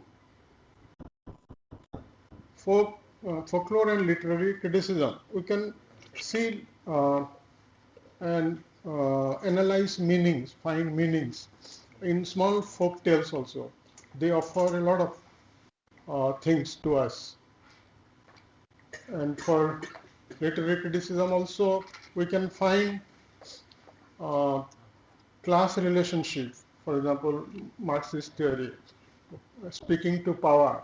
there are certain riddles, there are certain proverbs, there are certain stories where the servants would outwit the master, or the wife will outwit the husband, and all these stories can be used to explain literary theory, different literary theories.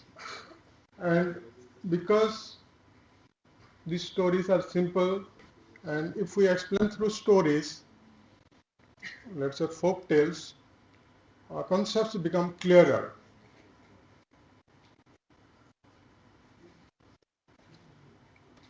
So what would be the content? I would like to suggest the content or the components of this course: oral traditions in India, orality and literacy, folklore and orality, folk genres, forms of folklore like epic, folktale, folk song, riddles, proverbs, translating folk forms, modernity and oral traditions, folklore in the study of literature, folklore and language education, and so on. This could be the components. I have devised an evaluation pattern also, and also I have given the suggested reading that is not visible, but I have 3 pages or so, including book. So in conclusion, I would like to say that it could be seen that humanities syllabi, particularly the English studies syllabi, initially inherited colonial legacy. It has been modified to some extent to make it inclusive and relevant, but these steps are not adequate. A large portion of our knowledge system has been still ignored and excluded. This is the folk or oral traditions of our country. These narratives can offer a lot to our academic community. Hence, they should be included in the syllabi, expanding its contour. This is one of the ways of correlating English studies with social, civil, and educational institutions of the country. I propose a syllabus for this and suggested a course and reading list also. Thank you very much.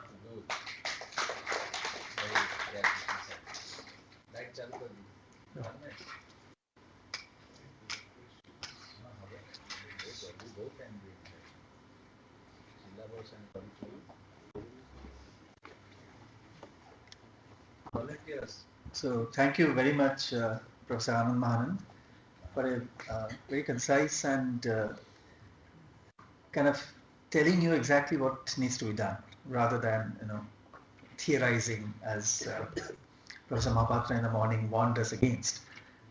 So instead of theorizing, he actually told you these are things that can be done in a syllabi and what needs to be done. One of the things that, of course, he pointed out is in his talk through the history of English studies and the way it was introduced.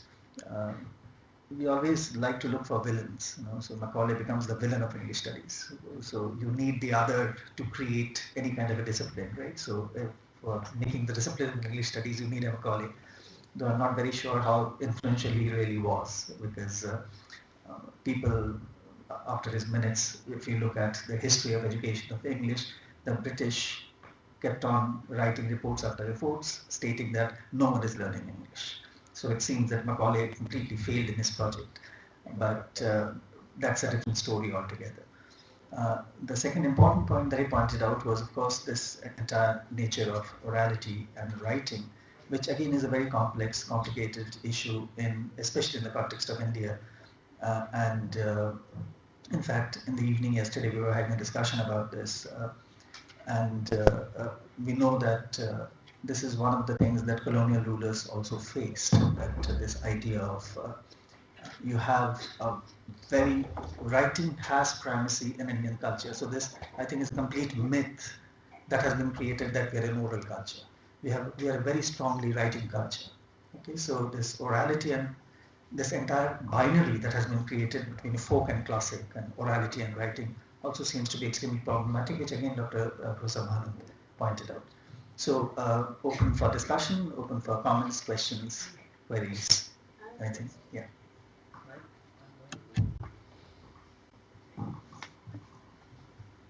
So Professor Mahanan, thank you for a very, very precise presentation, and your suggestions are extremely valuable.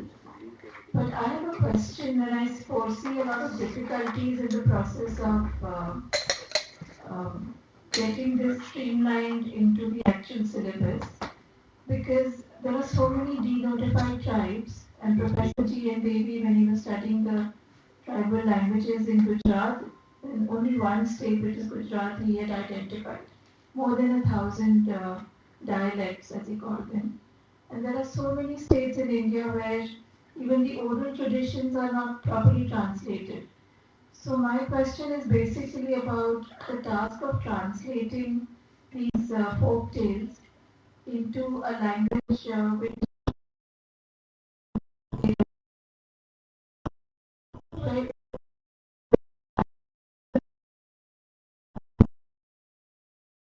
tribes and the minute dialects that they speak and they write or have their. Yeah, to start with, uh, we have a few texts of the folklore that are available in English. Uh, but in the process of teaching, we can, let's say, we give them an assignment to translate a particular poem or particular performance and comment on them and have discussion in the class. That could be part of the assessment. So by offering a course, by teaching a course, simultaneously we can get many texts translated also.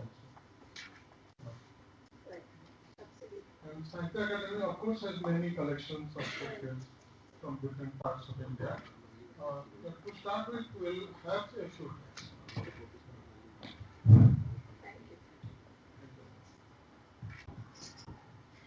Namaskar, sir. This is Dr. Rahul Krishna. When I am in the field of folklore, and from 2016, I had started gathering, collecting folklore. I was doing my PhD from Banaras Hindu University. And what I found when I was working on the orality and literacy, especially when we talk in the terms of Walter Hong, yes, on orality and literacy, there the changes in the psychodynamics when we talk about the memory studies in that. I was working in the state of Bihar. I am from Bihar, Uttar Pradesh, and Madhya Pradesh. Uh, there I found that some of the narrative tradition, especially the Lok Gathas, Gathagi, that traditions was adapted, or you can say that the cross fertilization was there, adapted into the theatrical performance, and the whole night theatrical performance was there. So my question is how certain tradition and why there is a need for transformation, or you can say the adaptation of the oral narrative or the Lokgatha into a folk theatrical performance. Thank you, sir. Yeah, we can capture the performance part.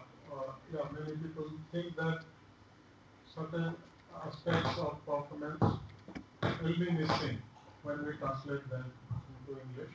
But with technology, it is possible to capture the performance part of the live performance, and they can be analyzed.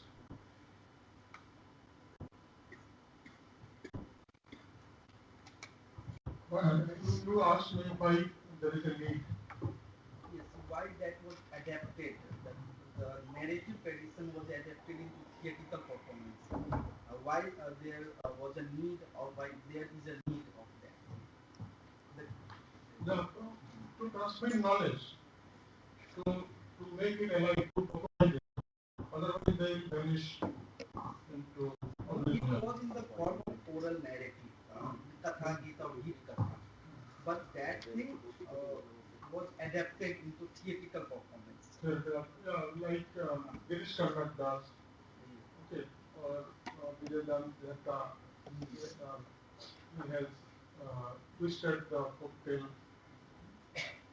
Anandanal has a book called Twist in Folktales, and he has discussed how Master Padani, Girish Karnad, Chandrasekhar Kambhar, they have used folktales. The film Pahli is based on the Rajasthani folktale. Okay, written by Dehta. Okay, Vijaydan Dehta. Yeah. So they transform it to make it alive or to relate it to the current social issue. Writers have different purposes. Writers have different purposes. It's a variation of playing with form.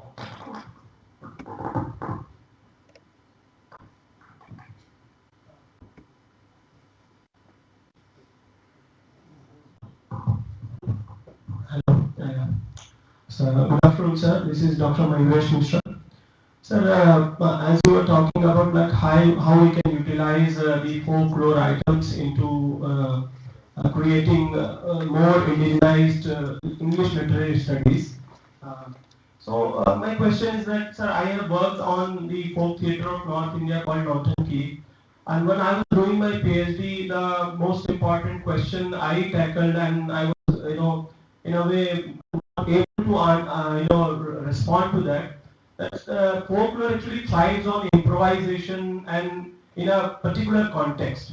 So when we are doing this kind of exercise of like decontextualizing certain items of folklore and then putting them into a fixed set of curriculum or in a syllabi, then don't you think that that life that is somehow being taken out? Or what even nowadays there are several festivals that are organizing folk theatre or folk performances, what G.P. Deshpande calls historical productions. So in that scenario, how we are going to help in retaining that essence or the life of those folkloric forms? Right. Very good question. I appreciate it. See, if we say that folklore are sacrosanct and we should not touch them, we should let them remain like that, they will disappear. They will not survive anymore. But if we document them, translate them, that will make them survive. That is for their revival. For example, you have of course some elements will be lost. But one can always go back and explore the original or the live performances. For example, somebody has translated a particular story, and that story is really performed in a ritual, in a festival. So in translation that is missing. But as a reader, somebody is interested to go and watch that performance in live. Because this person is, this is available to that person through that story, that leads to further exploration. And if we see that no, this is sacred and we should not touch, we should not harm them, then they will vanish. So this is the approach. That's right. How much time do we have? We'll find out. If you have any more. So if you have any more questions, we can take them to the absent tea session. we don't have a tea session. Okay, tea will be provided. Okay, so the demands have been met. All right. Very quickly, very thanks so much for interacting with the audience. I would supplement what he was pointing out repeatedly. So to Vinita's question, one of the things that, since we mentioned Professor Ganesh Devi, that Bhasha Research is doing is getting a lot of tribal poetry translated, contemporary poets. So Kanji Bhai Patel, you might know him, is very actively involved in translating from various regions of India. Okay. He's right now in the process of editing them, so they might be out by the end of this year or so. That's what his plan is, but you know how publication goes, so it might not work out that way. But we hope that a huge collection of tribal poetry is going to come out by the end of this year. The second comment on a kind of extension of what Professor Mohanad has already pointed out. Intermediality is extremely common in folk culture. So it's not that something that is sung cannot be performed, or something that cannot be performed cannot be put in the form of a written text. Okay, so intermediality is extremely common. It's like in all folk cultures and all cultural forms. I mean, why only folk culture? Intermediality is extremely common. So we should take that into consideration anyway. And remember, narratives play an important role, as Professor Manan pointed out, in the transmission of knowledge, because knowledge preservation is through narratives. And this is something that has been there for many, many years in India. So it's the narratives that carry knowledge. Okay. Since you said that the form changes, for example, a performance, the final comment on yours, the problem is, see, yes, performance has its own values, its own cultural codes, etc. But then remember, then drama cannot be taught in English studies at all. Shakespeare never wrote to be read. In fact, he never wrote. It was only Hemming and Condell in 1623 that collected his plays. Not even from his own writings, from the actors who performed those plays. So by saying that performance cannot be documented would be problematic, because it needs to be documented in some way or the other. So thank you very much, Professor Mahanand, and thank you, the audience, for such active participation. We look forward to the team. 5-minute break says, if you want, you can go. We'll have a marathon round. So now, volunteers,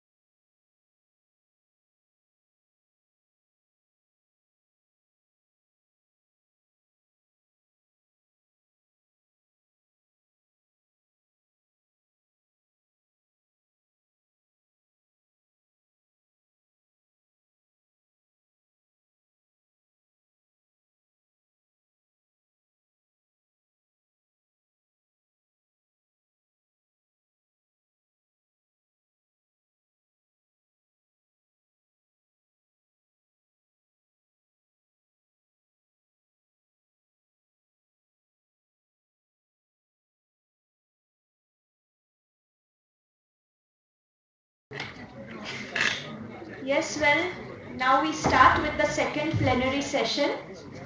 For this session, we are happy to have amongst us Dr. Jyotika Ramaprasad. Dr. Jyotika Ramaprasad is a professor in the School of Communication, University of Miami, Coral Gables, USA. Her teaching and research is currently focused on communication and global social behavioral change and journalism studies. Almost all her research and outreach are international, with considerable work across the globe, but particularly in Africa and Asia. She is a staunch believer in the value of social change, wherein immersive work with community, its culture, and its communication values and practices become central to any creative communicative solution. She is now keen on working in the realm of the environment, an urgent global emergency, with an interest in learning from and advocating the epistemology of indigenous people. This is emergent from her passion for the importance of decolonizing theory, research and practice rather than blindly accepting traveling theories and solutions.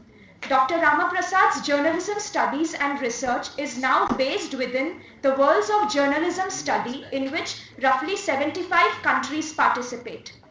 I now request Dr. Jyotika Ramaprasad to deliver the plenary session, and I request Dr. Mahesh Dey to chair the session. But before that, I request Professor Paresh Joshi to present Dr. Ramaprasad with a Worli painting. This is Gujarat. Our area, Worli painting.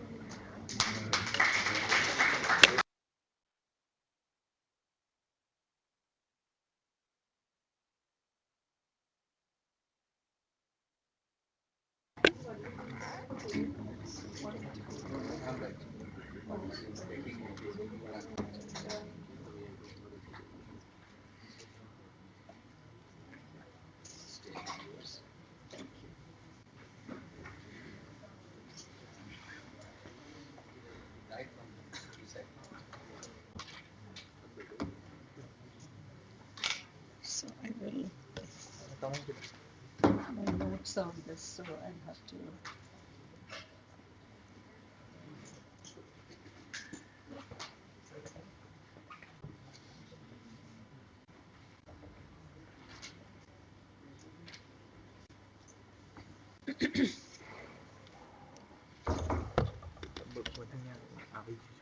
Yeah, but some of મારા notes actually બતાવવાનું હશે. Namaste to all of you, and I hope the dignitaries and professors here will forgive me for first welcoming the students, because they are the reason we are here. So welcome to the students first, and greetings to all the dignitaries. Yeah. So it's really difficult to follow two absolutely wonderful speakers that we just heard. And usually when you're the last speaker, almost everything important has been said. So I hope you will find some utility in some of the things I'm going to say. And if you don't, I apologize.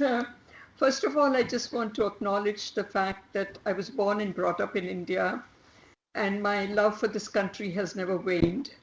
And I really want Professor Anand to know that even though I'm doing communication right now, my PhD is in communication, I studied English literature, bachelor's and master's at MS University, Baroda. Yes.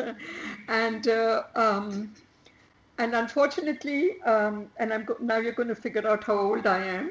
Unfortunately, I wasn't there when they started Indianizing the curriculum. So I studied a very English and American literature, but I was a passionate reader from when I was a very, very young child. And while I strongly feel about Indianizing and decolonizing, I do really also enjoy English literature a lot and American literature a lot. And I do read Indian authors in English now. In fact, I'm just listening to an audiobook on Judi Dench, who has played a lot of Shakespeare plays in the Globe Theatre. An audiobook of interviews with her, and it's absolutely amazing because she can just cite Shakespeare and all of his work and just, keep talking about it as if she has a script right in front of her. So it's an amazing piece of work, even though it isn't Indian. The last thing before I go on is to talk not only about the fact that I love this country, it gave me my education, I grew up here, but I always take a moment also to acknowledge my parents. My parents were about 100 years ahead of their time. Amazing, amazing people who gave me a lot of human values, and who let both me and my sister explore exactly what we wanted to do without telling us in those days and times that we had to study this, that, or the other, or that we shouldn't study at all because we were girls. So I owe them a lot for just how progressive they were in every way, and what they taught me in terms of what I should value. And I'm very grateful to my parents. They're not with us anymore, but they are the reason I'm who I am today. The introduction gave you quite a bit about my perspective. I grew up in a pretty Western household because my father was an army officer in the British Army, and then I was very much in love with literature. In those days, the books that were available really were English literature, right? I mean, there wasn't. There was probably a lot of Gujarati and Hindi literature, but English was my first language, so I really never had the opportunity to read that literature. And because we moved every 2 years, my second language would keep changing depending on which part of the country we were. So I've learned Tamil, and I've learned very Shuddh Hindi. I've forgotten all of it, by the way. But there was no one second language that I knew that I could read the literature in. And of course, I had a missionary school education, and went to the convent, and you didn't really find those kind of books there in the library there. So how did I come about thinking the way I do today? I have always worried a little bit about the fact that the world is too Eurocentric, is too much about is very, very corporate. It's a greedy capitalism. That's how I think about it now. It's so much into fast fashion. It's destroying the environment. And these are things that give me a lot of pain and worry, because I think we are kind of emulating things that we probably should at least take a little bit of thought before we emulate them, right? And the same thing has become part of our educational system here. And therefore, these efforts that I just heard about, fight for the humanities. I mean, the humanities are disappearing. We are fighting for them, even though I'm no longer in the humanities, I'm in the social sciences. It is painful that people give so little credence to something that is really the soul of who we are, right? Books and poetry and aesthetics, as our previous speaker spoke about. And that's what makes us human. So, I'm sure you have a lot of people telling you, you're studying English literature. Why, right? I mean, I get that all the time. Why do you do this, But let them not get the better of you, and fight for a place for humanities in the entire educational system. This is really, really important. The other thing that the previous speaker spoke about, which is really important, I think, is, and I'm repeating all this simply because to some extent my talk was going to be very similar to what they already spoke about. I'm trying to get back to my notes here. Multitasking is never good, right? Give me a second, please pardon me.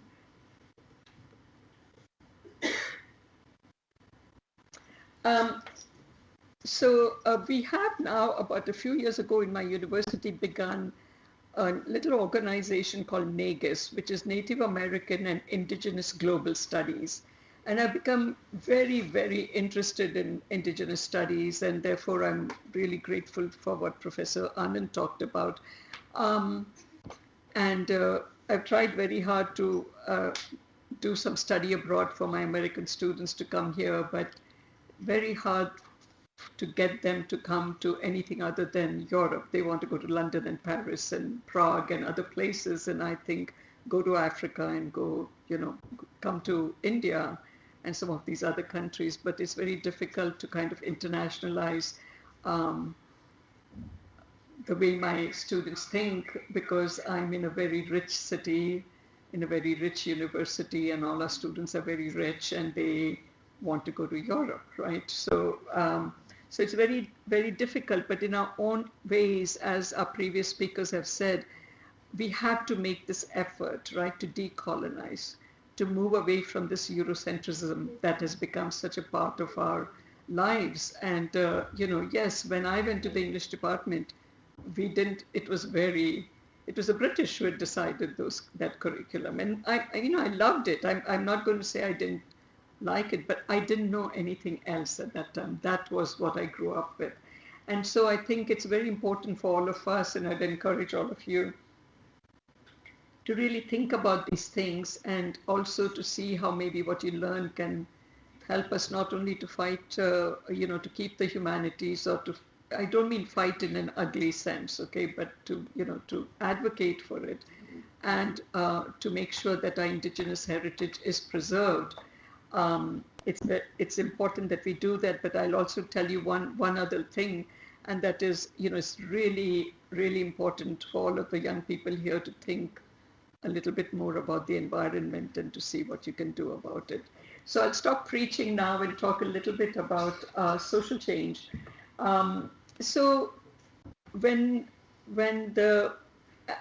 by the way, I should tell you that I feel a fish out of water here, because I haven't studied English literature or taught it in a very, very long time.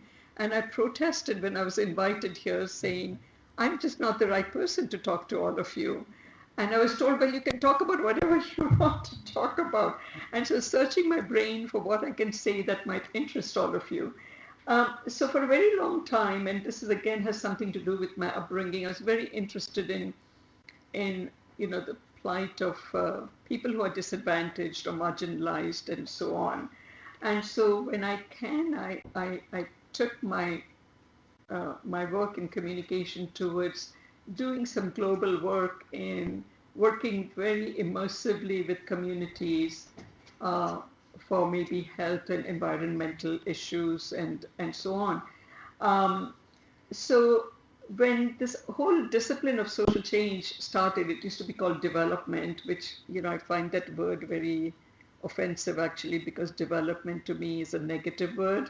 It's destroyed our environment, it destroyed our cultures and so on. But I call it more, social catalyzing social change. It started with a very American point of view, right? It began in the United States. And so, of course, it was American and it was very Western. And there was a big backlash against it by the Latin Americans, people who came from South and Central America, because none of these theories worked. In those days, many Americans, in fact, came to India and did a lot of work here on it, and all of it failed, and so did it fail in Latin America, and they protested and they said, what you're doing by telling us to develop the way the West developed is creating dependency. Because believe me, there's no such thing as altruism. People might say we are being altruistic and we're doing these wonderful things to help your country. There's always an economic reason behind any altruism, So, yeah, I'm sorry to be so cynical, but, I really feel that way. So anyway, coming along the long way, finally many people in the so-called global South, which I now call the majority world, they started kind of, doing what we've been talking about. We want to decolonize. This is a very American point of view, and we have to really do things which work in our cultures and so on and so forth. So, I'm sorry. Oh, okay. And the other thing that was invoked here in this discussion was the idea of power, right? What is power? Power is basically, when you have a Eurocentric curriculum is the power of a colonizer, right? And they've used it in many ways to advance their causes and so on.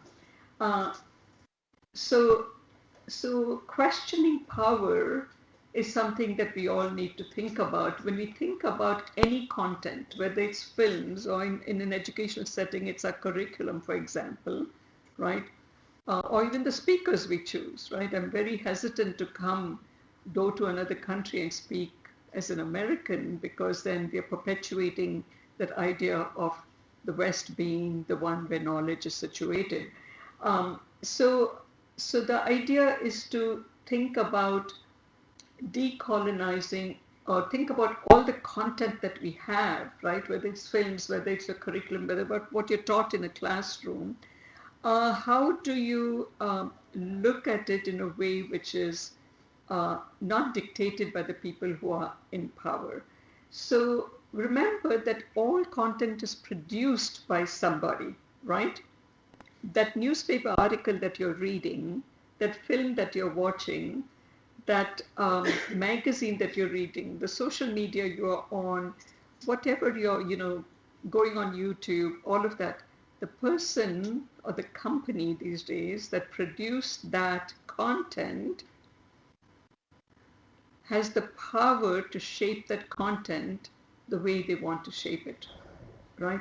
And this is pretty insidious. We don't realize that this is what's happening. I teach a course in media literacy, and my students are just shocked when I tell them that, do you know that news is not objective? There's no such thing as objectivity. I mean, let's just get rid of that myth, who can be objective, right? So that content is always shaped by somebody, something, some corporation, and there's always a point of view in it, right? So how do we decolonize? We decolonize by seeing the power source behind whatever it is that we're doing. Just like Professor Anand said, the British came and did our curriculum in English literature. Think about that, and then, okay, now what can we do to decolonize, right? To remove this Eurocentrism from the work that we are engaging in, or the thing. And this is not just about, education or curriculum or the news you're reading and all of that is not about that particular thing. It's at an abstract level. It's shaping you, right? It's information that you're getting. And that information is ideologically based and is creating a certain point of view in you. And unless we guard against it, I mean, the biggest problem today is that we have a WhatsApp university, right?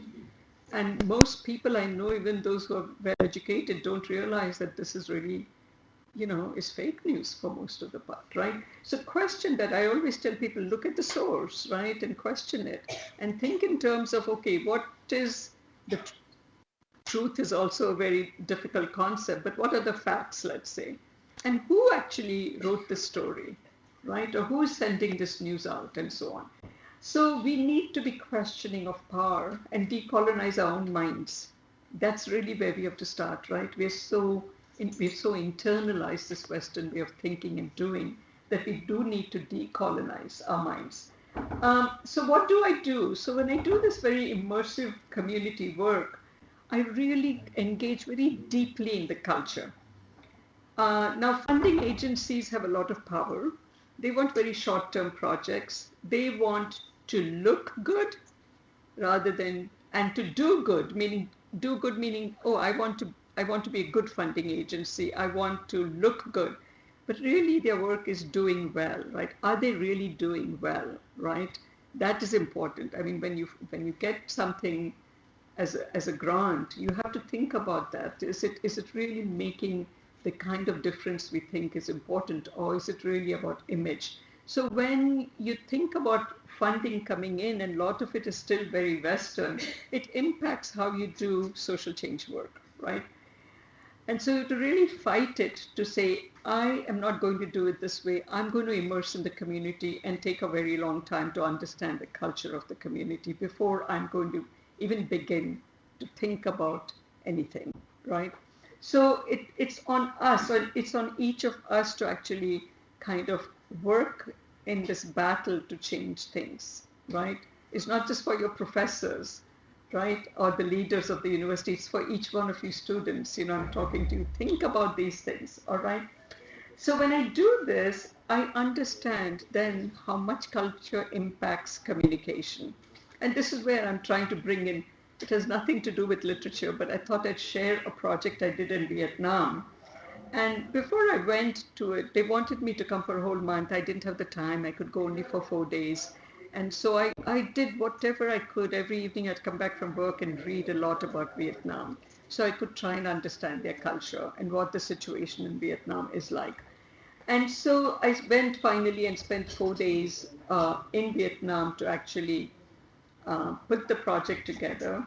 And I did training with, as you know, it's a communist country. And so most of the people I was with were a bunch of officials, from the Communist Party, and then several NGOs. And we actually did let them own the project. So I said, I'm not going to tell you what to do. You are going to own this project. This is your project, right? So how would you do it? So every decision that was made valuing the word of the people who are going to be impacted by it and valuing their culture, right? So it took a very long time, of course. But the thing that I don't know whether this is something you read or learn about, and I'm going to keep this as short as possible because I know that time is of the essence. Excuse me. Is that communication, depending on whether, and I'm giving you binaries, whether it's individualistic or when I talk, I actually walk around all the time, so it's really difficult for me to stand in one place. So where was I? So when you are a country that is very individualistic, like the United States, right, which is set up on a very rational, linear way of thinking, right? We are all supposed to be rational human beings, and everything is linear. It doesn't have any scope or very little scope for that kind of connectivity that we see in collectivistic cultures, right? We are able to connect lots of different things. This is connected to that. Look at our relationships, right? We don't have a word for extended family. I just realized that 2 years ago when I was guiding a Pakistani student on her PhD, because everyone is family, right? Extended family, is this working? It's a Western idea, right? My kaka and my foi and my chacha and my chachi and all are family. They're not extended family, right? So I'm very, very interested in how cultures impact the language that we use, right?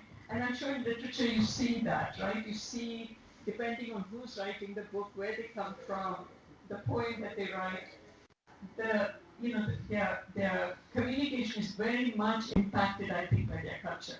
So in many, we are somewhere now, India, I think, is somewhat collectivistic, not as much as it used to be, maybe much more so in villages and so on, but we are so, at least the upper middle classes and the upper classes are so westernized now. So we have becoming more individualistic. But when you are in an individualistic culture, and I'm talking in binaries, which is not a good thing, but I want to just make a point and realize that it's a lot more nuanced than how I'm presenting it, is that it's all about me, right, first of all, and it's very direct, right? So, you go up to a student and say, hey, listen, you can do your work, that's it. This is an F. Don't try to come back to me and talk to me. If you want to redo it, look at the syllabus. You just kind of, you're very direct. My children, for example, will say when they were little, if I ask them, what do you want for dinner? They'd say, I don't care, Mom. And it would really hurt me, right? Because as an Indian, I would interpret it very differently. What they all mean is, Mom, make whatever you want to make, right? It doesn't matter. But the language is different, right? So Vietnam is very, very collectivistic, and their language is very, just like I think China, Thailand, a lot of those are extreme. Japan, I mean, if you ever look at the commercials from Japan in the 1980s and 90s, you will see this beautiful scene of a wedding going on and this beautiful bride and a garden and all of that, and you're thinking, okay, it must be selling flowers or it must be selling the wedding gown or something. And in the last 2 seconds, there'll be a pop-up of a potato chip bag and it'll, so the whole idea for them, very different way of thinking, was that you create a good feeling and the audience will transfer it to the product, right? So we all think differently, and that's why this decolonizing is so important, right? That we need to valorize our own way of thinking and not think that our way of thinking is not the right way to think. So Vietnam is extremely collectivistic, and so when I did this, I said, okay, it was a flood preparedness project. A lot of children were dying because they didn't know how to swim. They were the boat people who lived on the ocean. As you know, Vietnam has two major river deltas, and it's a very narrow S-shaped country. And it has two major river deltas, and the ocean is right here. So it's wet all the time. And just see how it also impacts what they do. I went there one night, and the first night I was in Hanoi, I went to see a water puppet show. So their puppetry is also on the water because water defines their culture, right?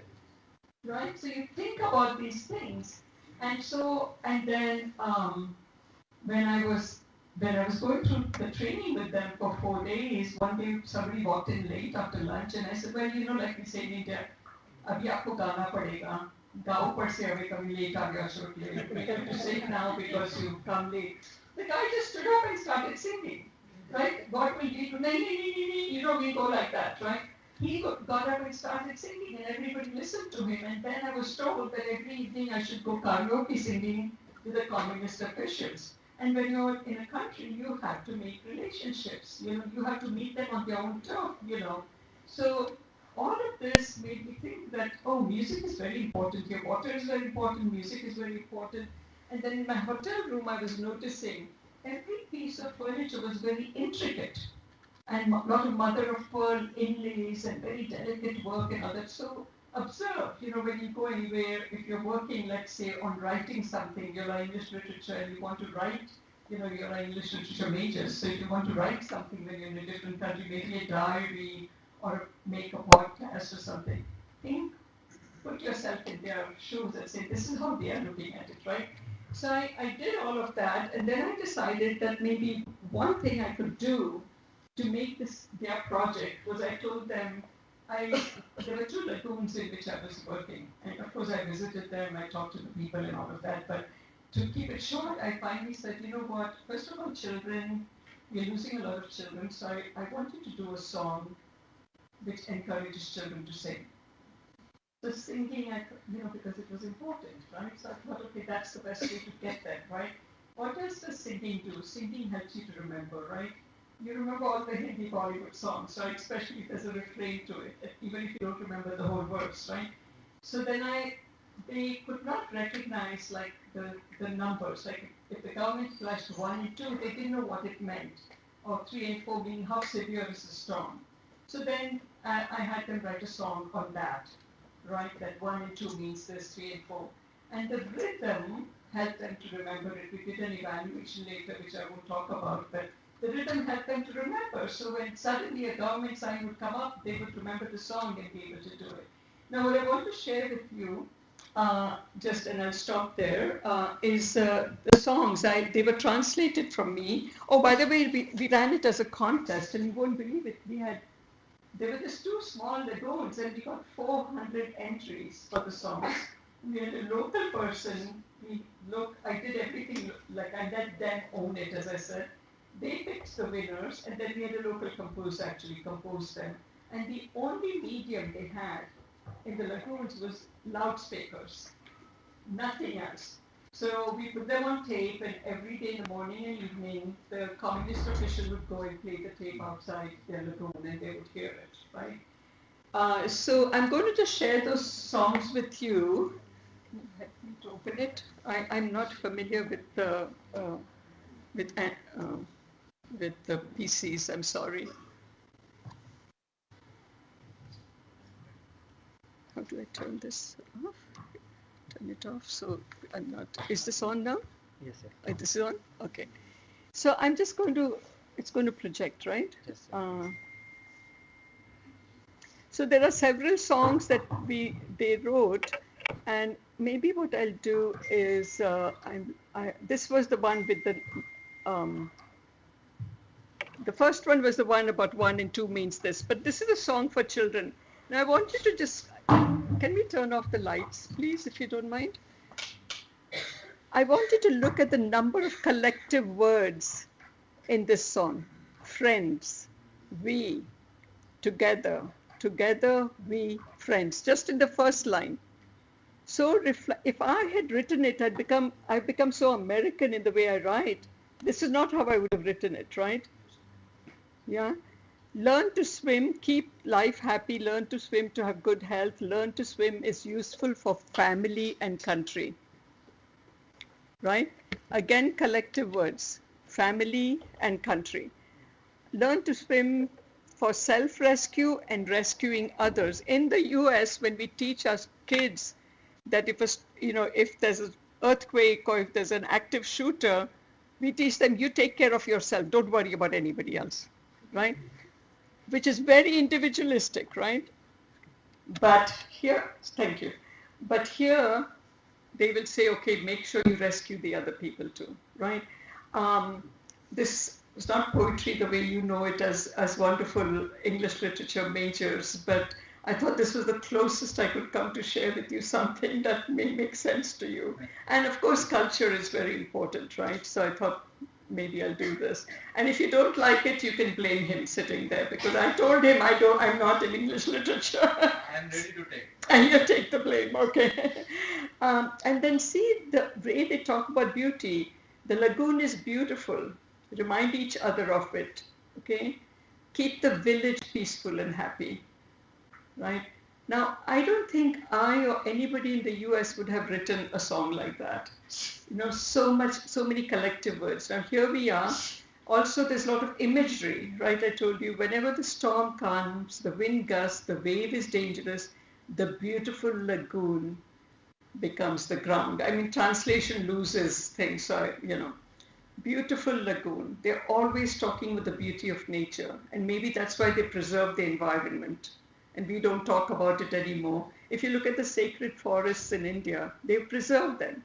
You look at the tribal people, they have a relationship philosophy and ideology. You don't ever take anything more from wherever they are living, the trees and all that, than you need, and you always return it and you take it with gratitude, right?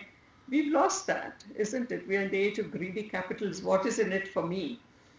And this is so beautiful. Whenever the storm strikes, the lagoon is ragged, the children are lonely like a chick straying from its mother. Would never work in the United States, right? Would never work in the US. And the old woman is lonely before the stormy sea. They're worried about everyone else. It's the hierarchical society, making sure you take care of the old elders and you understand how they feel. For the life, have to keep our boats and nets together, and we have to live for our children, very similar to Indians, right? Or we are living, mothers will say, I'm living for my child before the stormy rain weather. And so remember to unite. You see, whenever the storm comes, remember to unite. Not like you take care of yourself, and duck under the chair. It's like make sure you're all together and make sure everybody is safe, right?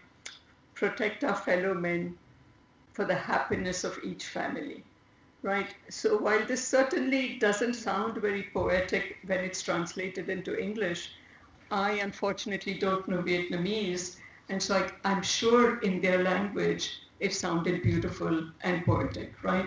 So I guess what I'm also trying to say here is that our language, what we write and speak, is so influenced by our culture and by who we are. And it's very important for us to keep that in mind.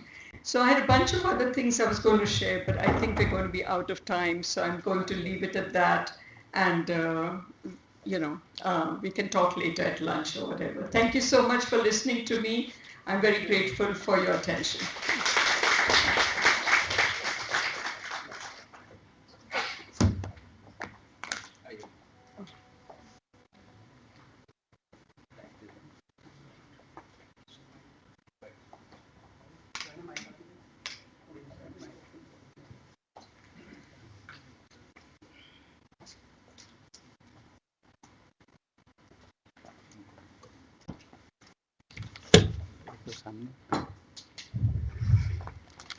So,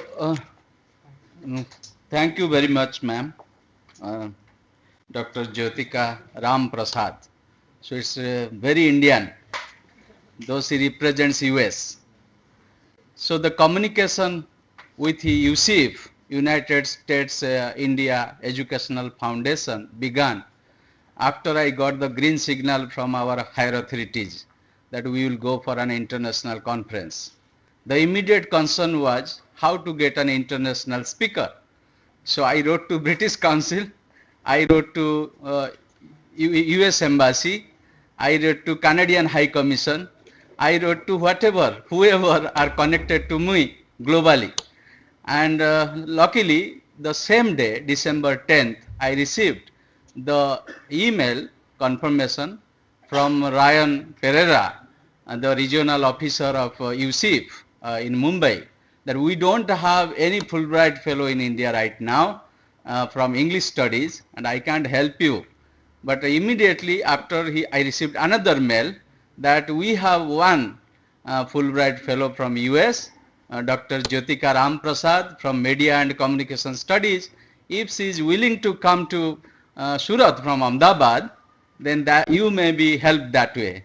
So without any kind of delay, I immediately responded, you give me all the details, contact details of Dr. Jyotika Ram Prasad.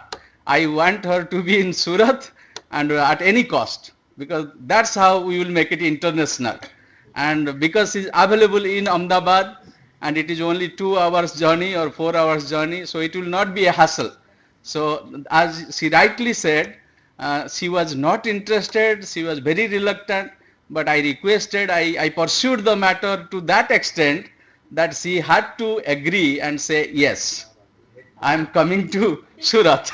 And so this is how, when you have a goal in mind and you can pursue it with sincerity, and a motherly figure like Jyotika will agree.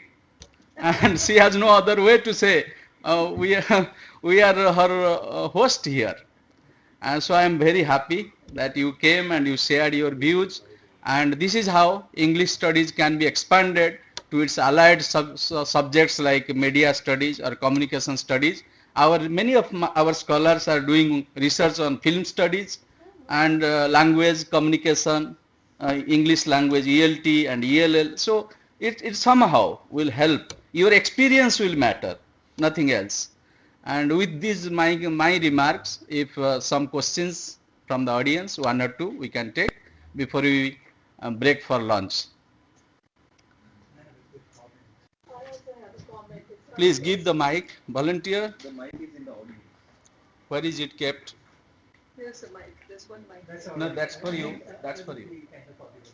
Can't get don't. Both of them are comments, so I don't need to answer. Okay, right. So I'm sure you had something to say. Thank you so much, and apologies for missing out the first part of the presentation.